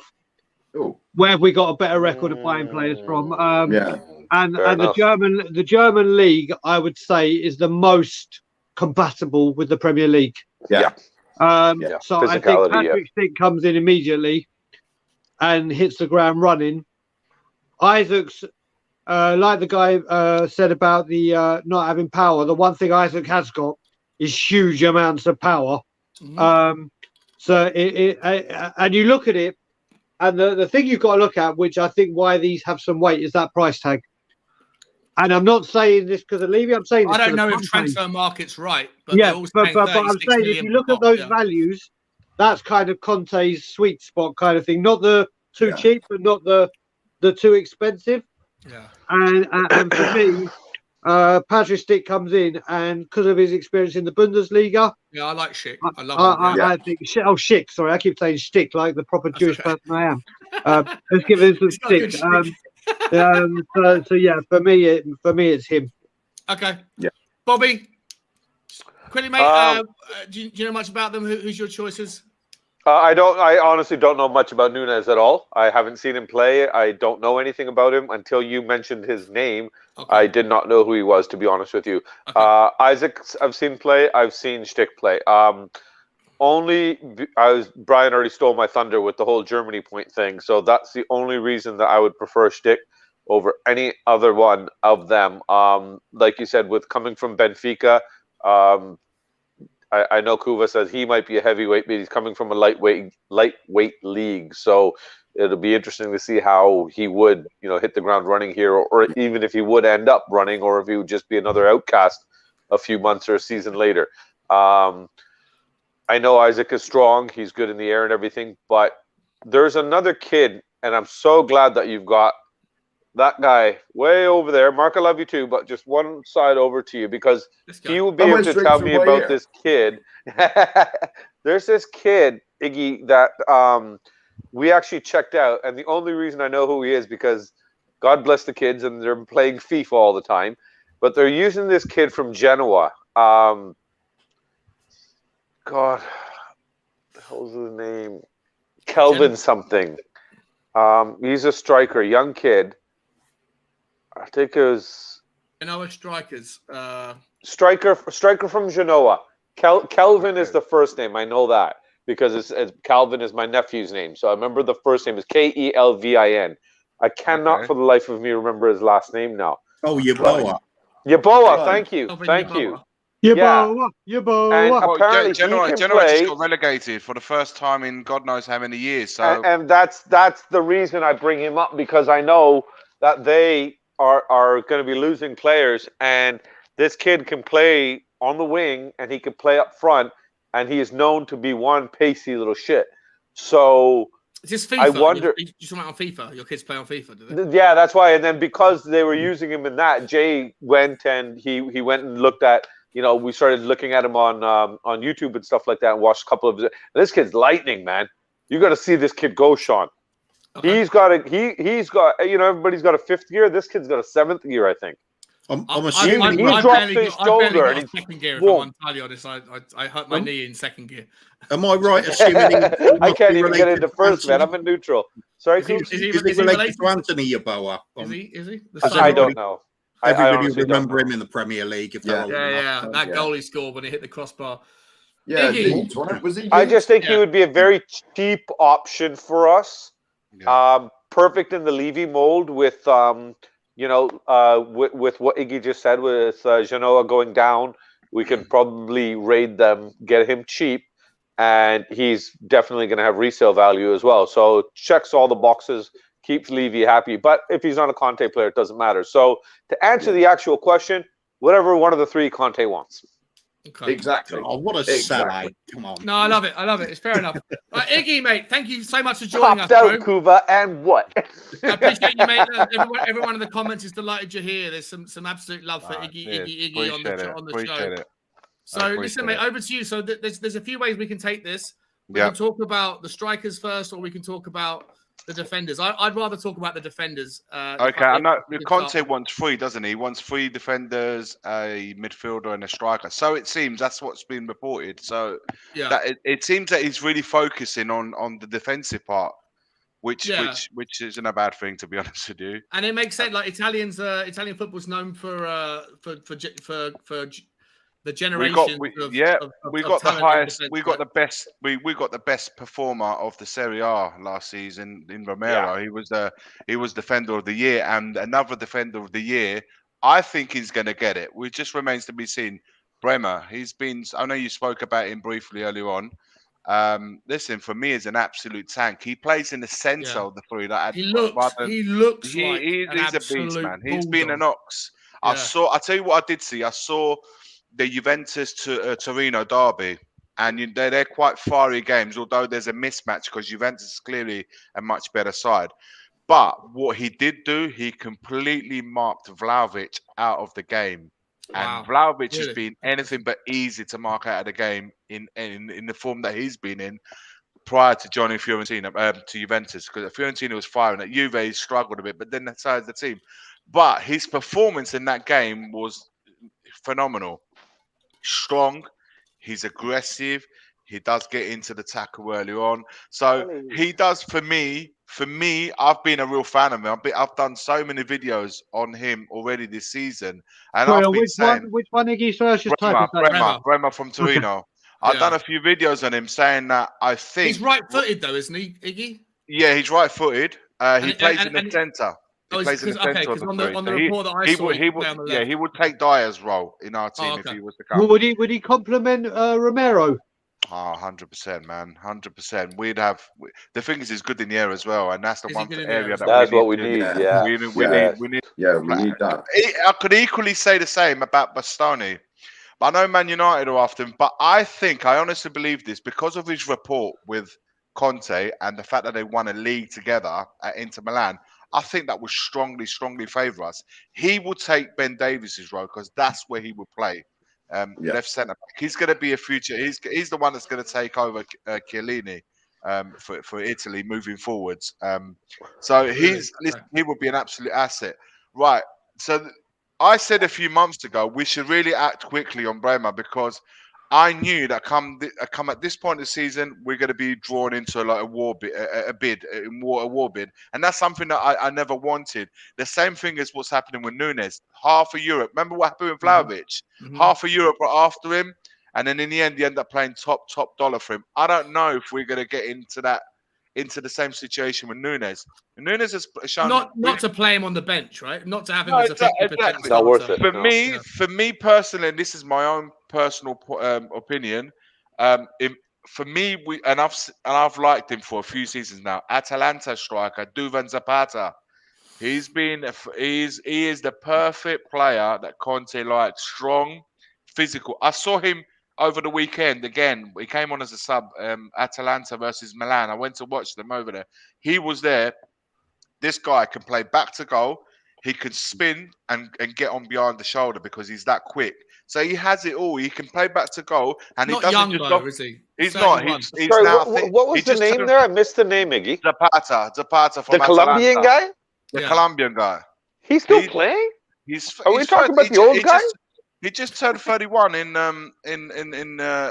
April. 31. Okay, Yeah, I actually used to really like him. I didn't know he's okay. So he's been in playing the for a okay. few years. I didn't know where he's gone off. For me, because he's not up there in the wanted list, and obviously Atalanta going out of the Champions League, it means that he's been off the radar a little bit. But for me, those are the kind of players you need to go and get, not the one that is on everyone's radar, because then you're challenging. You're like Nunes, we're talking about 60, 70, 80 million. Not for worth what? it. Like Sean said, for what?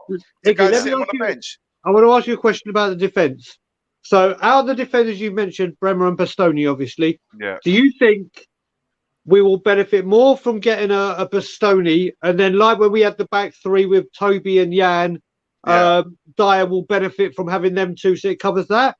Or is Bremer better and leave Ben Davies as the starting? Which one benefits the back three? Yeah, what he's asking, would you rather have Bremer and Romero and Davies, or would you rather have Bastoni, Dyer and Romero? And not just your personal opinion, which one do you think will benefit the team in the setup that we've got? Great question. Yeah.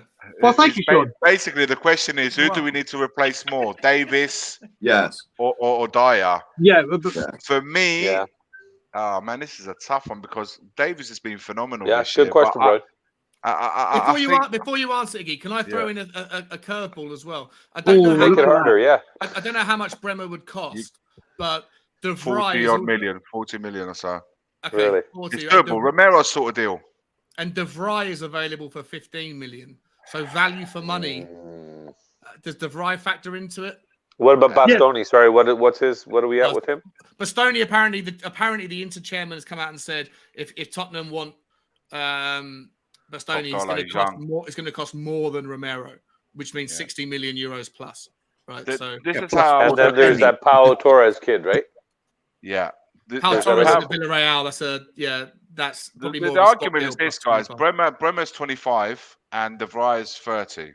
Yeah. So if you're looking to win now, you can get either of the two. De Vrij is obviously more experienced as well. He's already won. He knows what winning's about. He's just come from a winning team, and Inter are currently challenging AC Milan even this year for the league. So they're already competitive. They will be adding that competitive side to Tottenham if they came in. Bremer hasn't. He's come from a different sort of scenario, but that doesn't take away the fact that he's a really tough and quality player. To answer your question, I will go for Bastoni for two reasons. One, because left centre defence are really hard to find. Left-footed, left side of defence. Yeah. I think he'll mirror really well. He'll mirror brilliantly with Romero on the other side. So I think if you have Romero on this side and Bastoni on this side, the guy in the middle can really focus on playing out from the back, because these two guys will be the ones doing the marking. Yeah. He'll be free to play. So just like Jan and Toby. From that point of view, I would say that. But look, guys, it's a tough one for me. Like I said, got to look at how much. First of all, how much we have in the kitty, how much we're willing to spend. Because if we need to go big, we need to know that we've got enough money to get 2-3 top players, and that'll be it. Yeah. So you wouldn't be able to go 4, 5, 6 players. So if it also probably depends on things like, would you rather go and buy a Conrad Lima, which is maybe in the it's a midfield option that's maybe going to cost 30 million, or do you want to go bigger or less than that, or do you want to go and get a Christian Eriksen, for free, or would you either go and get James Ward-Prowse and pay 60 million? Sure. What I would also say, in Italy, what they do a lot, no one ever pays for everything up front straight away. Yeah, they split it up. I think that's the same here as well. I think, to be honest, but we can do that. If we can do that, it's a bit of smart business. And then you got to look around and see, right, what free transfers are out there, man? Because you think Dybala can be got. If you're willing to pay the wages, he can be got on a free. I've been hearing that he's rather stay in Italy because he's settled there, and obviously the relationship with the director of football, Giuseppe Moratta, who was at Juve previously. So I said a while ago that I think the guys, as soon as he didn't sign a new contract, I think Moratta was on that straight away, saying, "Right, you come with us." So, but listen, you never know, man. Would Dybala want to go to play for a rival? Is it not the? I don't understand the dynamic. Is it not the same? I don't think there's loyalty anymore, man. It's a paycheck. A Juve player going to play for Inter, is it not the same as a Manchester United player going to play for Liverpool? The fans will be the more thing about it. But at the end of the day, the way he will respond to it, well, your club let me go. What can I do? I have to go. And Milan from Torino is not too far of a move. If his family is settled in that part of Italy already, unless he fancies a complete change. My only question and my only doubt with Dybala is nothing to do with the quality. His quality is second to none. He's got a majestic left foot, brilliant little player. But the fact that he gets injured regularly, he misses about 15 to 20% of the games a season. For me, that's a lot. Yeah. And that's in Italy, mind. However, having said that, if he plays in the way that we want him to play, he wouldn't be needed full time, really, would he? He'd be needed when you need him. So it could work perfectly for us, Sean. But what about Lautaro Martinez though? Is he someone that's right? Here's the thing: if Inter get Dybala, Martinez is surplus. They would have 6 forwards with him. Dybala, there'll be 6. Yeah. Somebody has to give way. Now they've got Alexis Sanchez, not a big market on him. The other 3 players that they've got: Correa, Dzeko, and Cancedo. They're already in the squad, and they've only just recently got there. So Zeko's old now, and Cancedo and Correa they've just got. So there's only really Martinez, and I know Inter need money. They need to recoup some money still. Yeah. So somebody, either Bastoni, so the highest paid, the players that are, that would bring in a lot of money. Yeah, that's right. Bernardeschi's leaving on free transfer this summer as well. Is he a striker? Bastoni, Martinez, Barella, they're the ones. Dumfries, they're the ones that would generate the most money going out.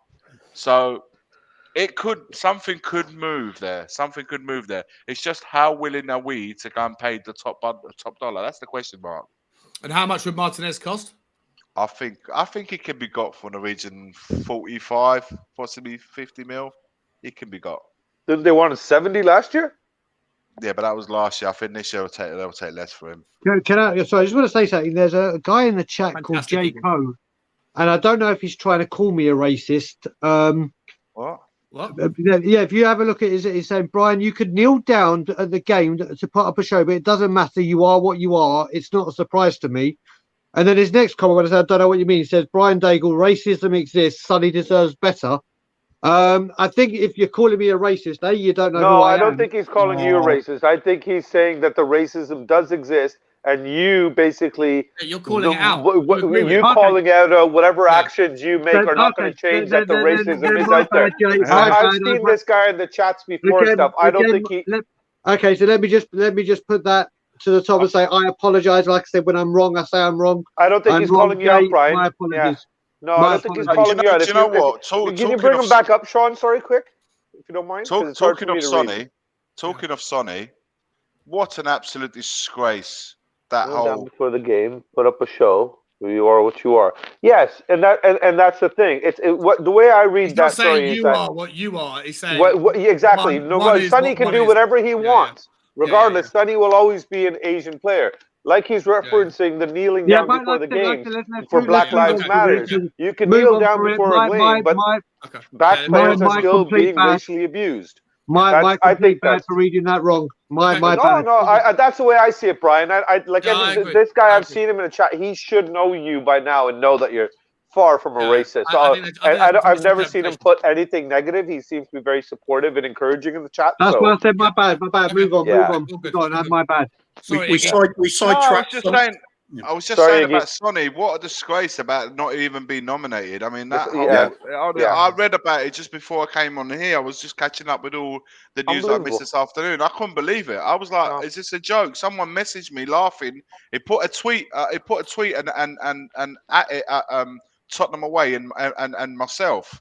And I read it and I thought he was laughing at us for your player because he's a Liverpool fan. Your player didn't even get mentioned. It was Foden and somebody else. Forgive me, guys. Foden and Gallagher, Salah, De Bruyne, and I thought West Ham man. And I thought before I responded, I wanted to be sure what I was reading was right because I was like, what? Not to mention, but you know what? He's valued where is most important, and that's our club. That's it. That's the only love he needs to receive is at our club. Yeah, and to be honest with you, Iggy, I'm kind of glad that he's not overpraised and hyped and everything because then that just means more predators, more sharks in the waters coming to feed off of us and steal our players, right? Because let's face it, last year when they were talking about Sonny's valuation being 75 million, and we're talking about Kane being at 150 million, when you really sit down and break down the numbers, like Will last night was really breaking down the numbers in terms of the XG and all this stuff he does, all these terms that I'm far from, and it's great to learn them as you watch these shows. But Sonny's numbers are far superior to Kane's, in fact. So if you're sitting here saying Kane is worth 150 million, how can Sonny be worth half of that? So maybe if he did have the higher praise and everything, his valuation would be higher. But I'm glad he's got the lower praise, so nobody's coming in and kind of poaching them from us. Because at 75 million, with what the valuation of players out there is, 75 million, Sonny is a friggin' deal. I am amazed. I am absolutely astonished that nobody has ever come in. For Sonny. Same, Mark. Same. 100%. Yeah, man. More for them. To be fair, Klopp has been trying to get him for a while, hasn't he? He loves him. Yeah, he loves him, man. Oh, Klopp. Yeah. You just listen to the fans from other teams as well. They'd love to have him in their side. Oh yeah, they respect him. They admire him. They just really like him as a person as well. As a person, he's class. I don't think he'll leave. My oldest son Joe, who's a Liverpool fan, he said. And he's been telling me that he's 14 years old and he's been telling me this for about 3 years now. He said if ever what he was to decide, he would take Son over Salah any day of the year. And he's been saying this for 3 seasons straight. How you doing, mate? You all right? Hey, was that Ronan? Yeah. Ronan. 3 All right, years he's Ronan. been telling me, and everyone's like, but I go, Salah's been top scorer, because obviously I'm trying to put him off. I was like, Salah's been top scorer. How can you? He goes, I will choose Son all day long. Yeah. And that's how appreciated Son is. Son is his favourite player, favourite Spurs player for sure. But forget what Sonny brings, his quality on the football field. The quality he brings off the pitch is almost unmeasurable. Yeah. The money that he brings in at the club, Bobby, don't underestimate the Oh, amount of money. and we were actually touching on that earlier. Every time I go to the home fans, there will be a corner in the stadium somewhere, more than one corner. And Sean can tell you, and guys who have been at the stadium can tell you as well. There's always Korean flags around everywhere. Yeah, always. And I would argue that commercially, not just commercially, he's the most powerful. Between Harry Kane with 2 years on his contract versus Sonny with 5, and the money that Sonny brings in commercial, who's worth more to Daniel Levy? Sonny all day. Sonny is the biggest asset at Tottenham Hotspur. 100%. The biggest. There is no ifs, buts, and maybes. No. You take the on the field stuff completely out of it. Of course. Son is levels, and I do mean levels, above everyone else. You know what? You could probably put a lot of the Spurs players' income, as in what they bring in commercially, combined, and they wouldn't even touch Son. Yeah. They wouldn't even touch Son. Yeah. Guys, I'm talking players like Kane and Lloris. You could put them together, and I don't think they come close to what Heung-min Son brings in. I'm sure Kane sells a lot of t-shirts and stuff, but I think it's not. In terms of like additional money, like international. We're more international. It's like what Stuart said, because he saw a video in the club shop. When you go into the club shop, and I can't vouch for this for obvious reasons, there's one row of Harry Kane shirts. There's 5 of Heung-min Son shirts. Oh yeah. Wow, really? Wow. That's the pull this man has. Yeah. Bobby, if I could video inside the shop, I would send you the video. I would. Do you know what? One of these days, I'm going to go in there and I'm just going to video to show you all the inside of the shop. I'll do it on a sly. How's this, Iggy? How's this instead? How about you just meet us at the stadium and we all go through this club shop together? Not me. Whenever you come over, bro, we're all waiting for you. You know what? Honestly, I'm going to make sure I give everybody notice. You are allowed to go into the shop without purchasing anything. It's called shop window. Mate, you know why I can't? You know why I can't? And I'm not joking here, because if anyone recognises me from YouTube and sees me walk in, I'm done. I'm done. But you won't be coming out with a bag or anything like that. I don't care. Mate, I won't. You'll have testimonies. There'll be 12 of us around you, and we can say, no, he didn't buy anything. He didn't buy Operation Human Shield. Spice it up a little bit. I'm pretty sure. Sean will be like, don't worry, I saw him buy it. I saw him buy stuff. He didn't buy anything, but he stole a couple of things. He stole it instead. The only time cost Levy money. Levy. What's funny is that you can't even joke with him about it, because look at his face. He's not entertaining it whatsoever. The only time I step foot in there is if loads of us Levy out go in there and we start singing out Levy out. That is the only time I step into that shop. Sorry, Sean, can I ask you, is there any way that I can be muted just to Brian for my next upcoming comment? Because I'll tell you now, Iggy, when I'm there, I'm going in the shop, and it's going to be the first time we're ever there, and I'm definitely going to have to buy my boys something, because it'll be a souvenir. It'll be, so, I know, I don't want Brian to find out about that. So don't tell him. When I come back, I'll tell him it's a fairness. Oh shit, can you hear me? Let me mute me, Sean? Bad connection. Who was that talking? Oh, it wasn't me. Listen, I've got a very leveled and dignified answer to that. Really, like I said, I hate the colour red. Coming from overseas, it's different. I hate the colour, and I'm one of the Asian fans. I hate the colour red. I won't wear it. I won't use a red pen.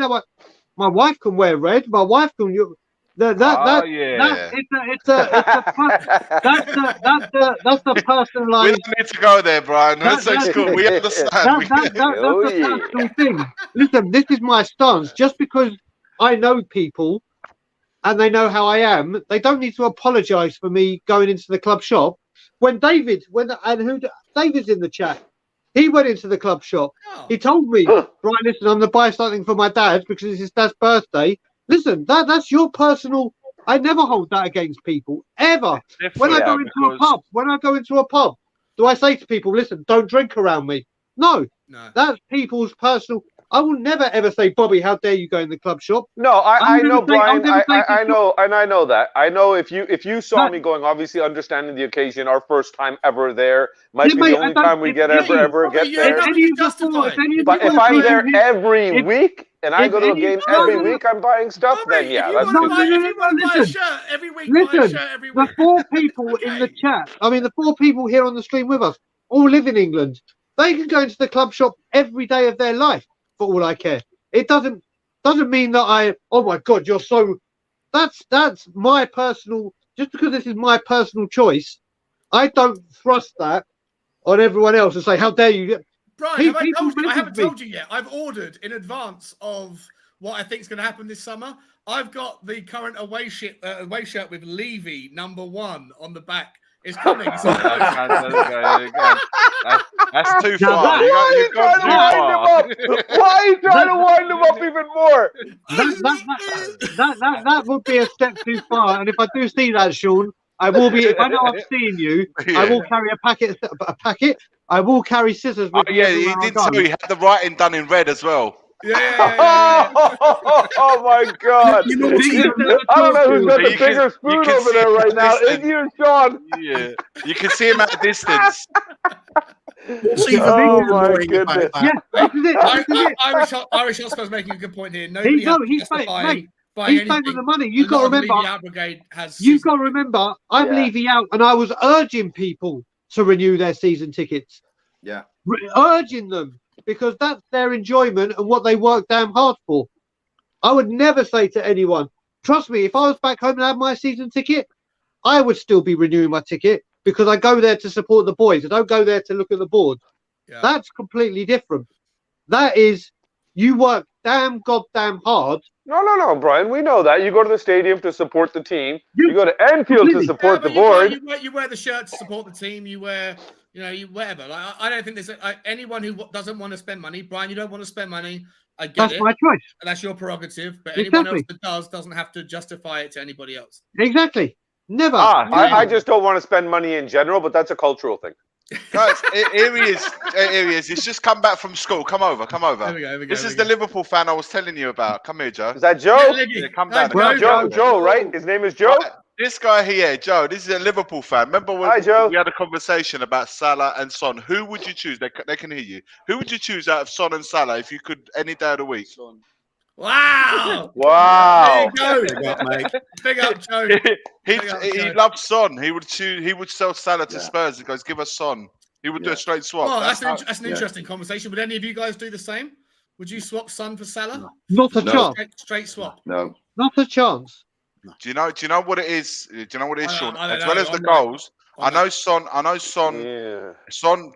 This year he's obviously scored the same amount of goals, or he's thereabouts with Salah, and Salah previously has always scored. But what Son gives you though, when you're struggling, he's there. His work ethic is second to none, and his attitude. He's always attitude. His team first. Salah, you can clearly see there's a selfish streak, and of course he's a striker.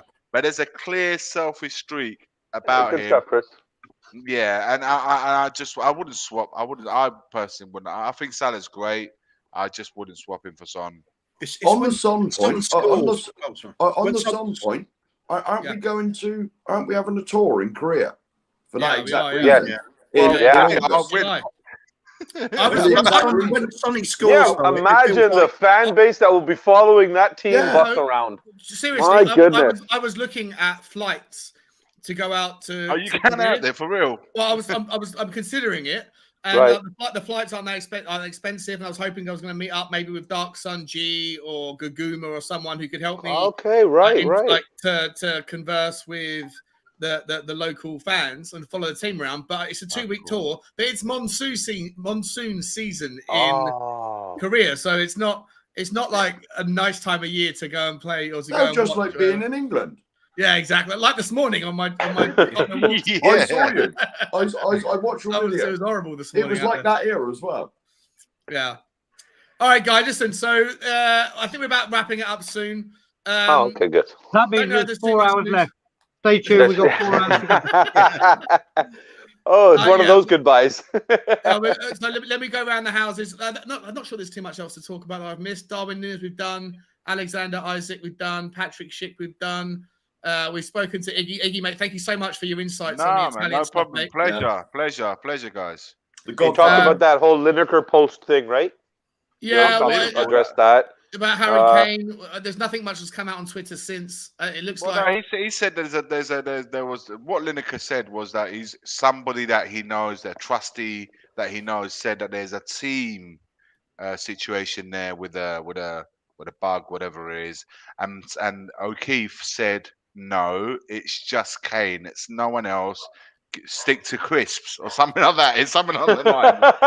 and Gary Lineker just called him rude and just kind of went back and forth a little bit. But you know, it's always in the know. Somebody's in the know that knows the whole team's got, you know, blah blah blah, and it's just try. All it is, guys, and I've been saying this happened for the Arsenal game, it happened for the Burnley game, and again, another week where all they're trying to do is just trying to get into the Spurs. It's that, you know, that little flick, and I put a post, a meme about it not long ago on Twitter saying how every fan's thinking, oh shit, we're going to F it up at Norwich this week. It's just trying to filter that seed in your head to say, well, maybe we will screw it up against Norwich. You know, forget about it, man. We're going to do Norwich. It ain't happening. We haven't worked against Arsenal. We haven't let them slip it up, and we gained the advantage. Got to this point, last game of the season, when we was 2 points behind for how long? And we're going to... I don't want to swear because it's in the middle of the afternoon. You can swear. But we're going to... We're now we're going to F it up. You think Conte's going to allow that? You must be joking. Get it out of your head. Spurs fans all over and non... Get that thought out of your head. We're going to go there and get the 3 points. Love that, boys. Iggy, let me start with you, mate. Last one in, but first one to get the chance to shout out your channel. I mean, I'm sure everybody knows your channel is going absolute gangbusters at the moment, and massive congratulations to you, JP. Thanks, man. I appreciate it, guys. It's insane. Big up Tottenham away. For anyone that doesn't already know, where can people find you, mate, and what can they expect on the channel? Tottenham away, guys. We're doing a stream with the American boys, the United Spurs of America, tonight at 7:30 UK time. The guys will be on, and we'll be doing a preview. And so lock it in. And obviously over the weekend, we're going to do various different content. I'll do obviously my Good Morning Tottenham away every morning. I love them. Thanks, guys. I appreciate it. That's going to be coming out. Today I went to eat at chicken. I fancied chicken. I went down the road and I fancied chicken. I spoke to the guy there, and I went to visit him because he predicted the Spurs Arsenal result. Same as you, Shawnee boy. Don't worry, I haven't forgotten. He had also predicted 3-0. And I thought, you know what? As a ritual, I went back there today because I said I did this last week prior to prior to the Arsenal game. I thought I want to come back here because we're playing Norwich. So that will be. I'll upload it tomorrow at some point. Amazing. And guys, there'll be content over the weekend, and then of course Monday night we're back again for the Tottenham. We'll be we hopefully it will be. There you go. A closing of a wonderful ending of the season, and we're gonna discuss and relive our best moments and listen, loads of stuff. 8:30 on a Monday night as well. Awesome, Iggy. Thanks for having me, Sean, and thanks everyone in the chat for your questions. Brilliant always. You're always welcome, mate. Honestly, especially with the Italian. You're welcome anyway. You're an absolute source of knowledge on the Italian stuff, but you're also just a wonderful energy that you bring to the channel. Mate. So you're massively welcome. So just quickly before we come across to Bobby, then just everyone, guys, Iggy's channel is in the description in the chat. So anyone that hasn't already, please hit that link and then hit the subscribe button. It costs you nothing. It means the world to these guys. And you haven't even got to leave the stream. So just to hit that link and do that for us. Bobby, we'll come to you next. We've got Little K in the house as well. Hey, Little K, how you doing, buddy? I'm good. How are you? I figured since you're going to promote the channel, I'll bring the marketing department in. Yeah. The boss. Nice. Let me get the link up. The boss is here. All right, little K, you've got to tell us exactly what's going to come up very soon on the Three Spurs Boys hashtag no spaces, hashtag all one word. What's coming up soon? Well, first is gonna be our 200 subscriber thank you, and then the Norwich. Awesome. Yeah, hot on the heels of Tottenham on tour, Tottenham away. Yeah, baby, look out, guys. Listen, you guys are super duper. Right behind you, baby. Bobby, these guys are super duper young. We're boomers. These guys are just babies. By the time they get to our age, they'll have millions. Millions. Not thousands. We'll be talking millions. So I don't know, you guys I got don't all the I times don't on know, your I side. hope they're gonna have to get a proper person on the other end of the computer then. Bob, Little K, thank you very much for your beautiful song. I love it. The Tupac, not Tupac, Biggie Smalls. I love it. Awesome. You remember the words? I still have it on my voice notes. I still have it on my voice notes. Well, can't you see? Sometimes the Spurs just hypnotize me. I just love our winning ways. So I was welcoming the guys from Tottenham Tottenham away. away. Kind of song too. We got Quality. a song for Sean because he's just you look at that LA song, man. And you got Sean. I have to admit, I'm quite impressed with your voice. I like the raspy voice. I like that. Like, game day. When the season's all over, we're gonna do a little music session, and I know Sean. We can see his instruments in the background, and I can hold a note or two. We'll do something when the season's over. But first we must celebrate what happens on the pitch on Sunday. Then after that, we'll go all out first, and then the songs can start. Absolutely, ladies and gentlemen, please go. Three Spurs Boys channel is in the comments. Appreciate that, Guys, Sean. everybody, they got 200. Just over and all of you are going to be coming on in the summer show. You all know about it already, so we're going to have you every single one of you. So everybody, please. Let me just block that. I've done it. Thank you, mate. Ladies and gentlemen, please go over there and hit the Three Spurs Boys as well. Thank you for your support 100 times, and I'll do it 101 times. All of you have been just so supportive and helpful and just encouraging. And, you know, like what Iggy said, Brian said, Stel, Kuba, Mark, Sean, you know, every single one in this community is always throwing their hand up and saying, whatever you need, just let us know. And it's been that simple. I sent a message. I said, hey, do you think you guys could do this? Of course. You know, the response is back. I love you all for it. Thank you. You know what I mean? You're being good to my kids as a father. There's no greater gift. So God bless you all for that. Always about the kids, mate. You've got fantastic kids. Ladies and gentlemen, please get over to the Three Spurs Boys. Hit the subscribe button and the like button on their most recent video, and we'll continue to see that channel grow. We don't want the like button. We want to create a love button because we love button. All right, next up, Mark, are you still? Am I still doing Tottenham Tantrum, the Tottenham Gold? What's the story? It seems to have gone into hiatus at the moment. I'm not sure what's going on. Okay. Is there anything else you'd like me to? Do you have a Twitter account or anything else you'd like me to big up? Apart from the scrumpy bit, just put my name in and you'll find me somewhere. Not normally over the pub. No, there you go. You can find him over in Somerset with a nice bottle of Scrumpy Jack or something. No. I don't like cider. Oh, beer. Lager cousin. Yeah, lager. Mate, thank you so much for coming on, buddy. You've been an absolute superstar as always. I want to get more out of you next time because every time that's right. That's right. I'm just happy to be in with all these very intelligent people. Well, you're always welcome. I learned stuff. Little K's gone. What are you talking about? Kuva, come to you next week. Which channel would you like us to pump today? Well, I always go for the comedy ones. I'll leave the football stuff to the experts, and I'll just go for like Bob Spur because that's hardly ever football. And Shelfside Spurs, same reason. Mari's Love Lounge. All three of them. I'm not sure. Go-to channels for me all the time, just for a bit of a laugh. Shelfside as well for me. I'm sorry, I don't have Mari's. I can find it quickly. But you know what, guys? What I would recommend, I'll recommend a really good dish for this weekend for you guys. Make sure, first of all, I know, Brian, shut your ears. Beer, Moretti beer, because we know that Conte likes that. And but make sure you have spaghetti Arteta. That is, I mean, It's an awesome dish. Don't like Why the don't sound you of that. cover my ears for that? Stell's the one that likes cooking, so he'll provide you with the ingredients. But spaghetti Arteta, A little bit too salty for I'll my tell ya, liking. with some Yeah, bit very with salty. some Moretti beer, it will go I down. don't know why I need to cover my ears, Iggy. Don't have the beer. Don't have the beer. Oh, The that beer- part, yeah. That part. But, No, yeah, spaghetti Arteta. You can have as much as you want.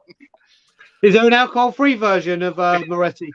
I don't know, Brian. I'll I've have never yours, been. Brian. I've never I'll have really been yours. interested in alcohol-free beer, but you know. Well, that's true. That's All right, true. guys, buddy. just quickly, let me get this done. So I put all the links up for Mari's Love Lounge, for Shelfside Spurs, and for Bob Spur TV, all in the links. If anyone who here, still 65 people that are watching on YouTube and more on the other socials. If any of you haven't shown the love to those channels, Mari's, Bob Spurs, the three Spurs boys, to Shelfside Spurs, to Tottenham Away, and to Spurs Talk Show, then please hit the like button and subscribe button. And last, but by absolutely no means least, I know he's been warming them up for a couple of hours, but let me put it in there so everyone knows. Tottenham on tour. Brian, what can everyone find coming up on your channel, my friend? Well, they can find literally up in 14 minutes. We're going live with a show. A couple of weeks ago, we were meant to have a guy called Adrian come on, who's a really good guy. But unfortunately, he had a few technical issues, so it kind of became a Ask Us Anything kind of show where it was football questions from people in the chat. Well, in 15 minutes, that's exactly what we are doing. Ask Us Anything, and we do mean anything, whether it's football related or personal, whatever. It literally Anything you say? any question. We're going to go through every. I'll be sure to tune in. Listen, this show could go wildly off the rails. Wildly off the It is rails. if Sean comes on. But I'll be in there putting super chats in galore. it's going to be me and Ireland doing that. Obviously, there's been Daigle's Digest every single day.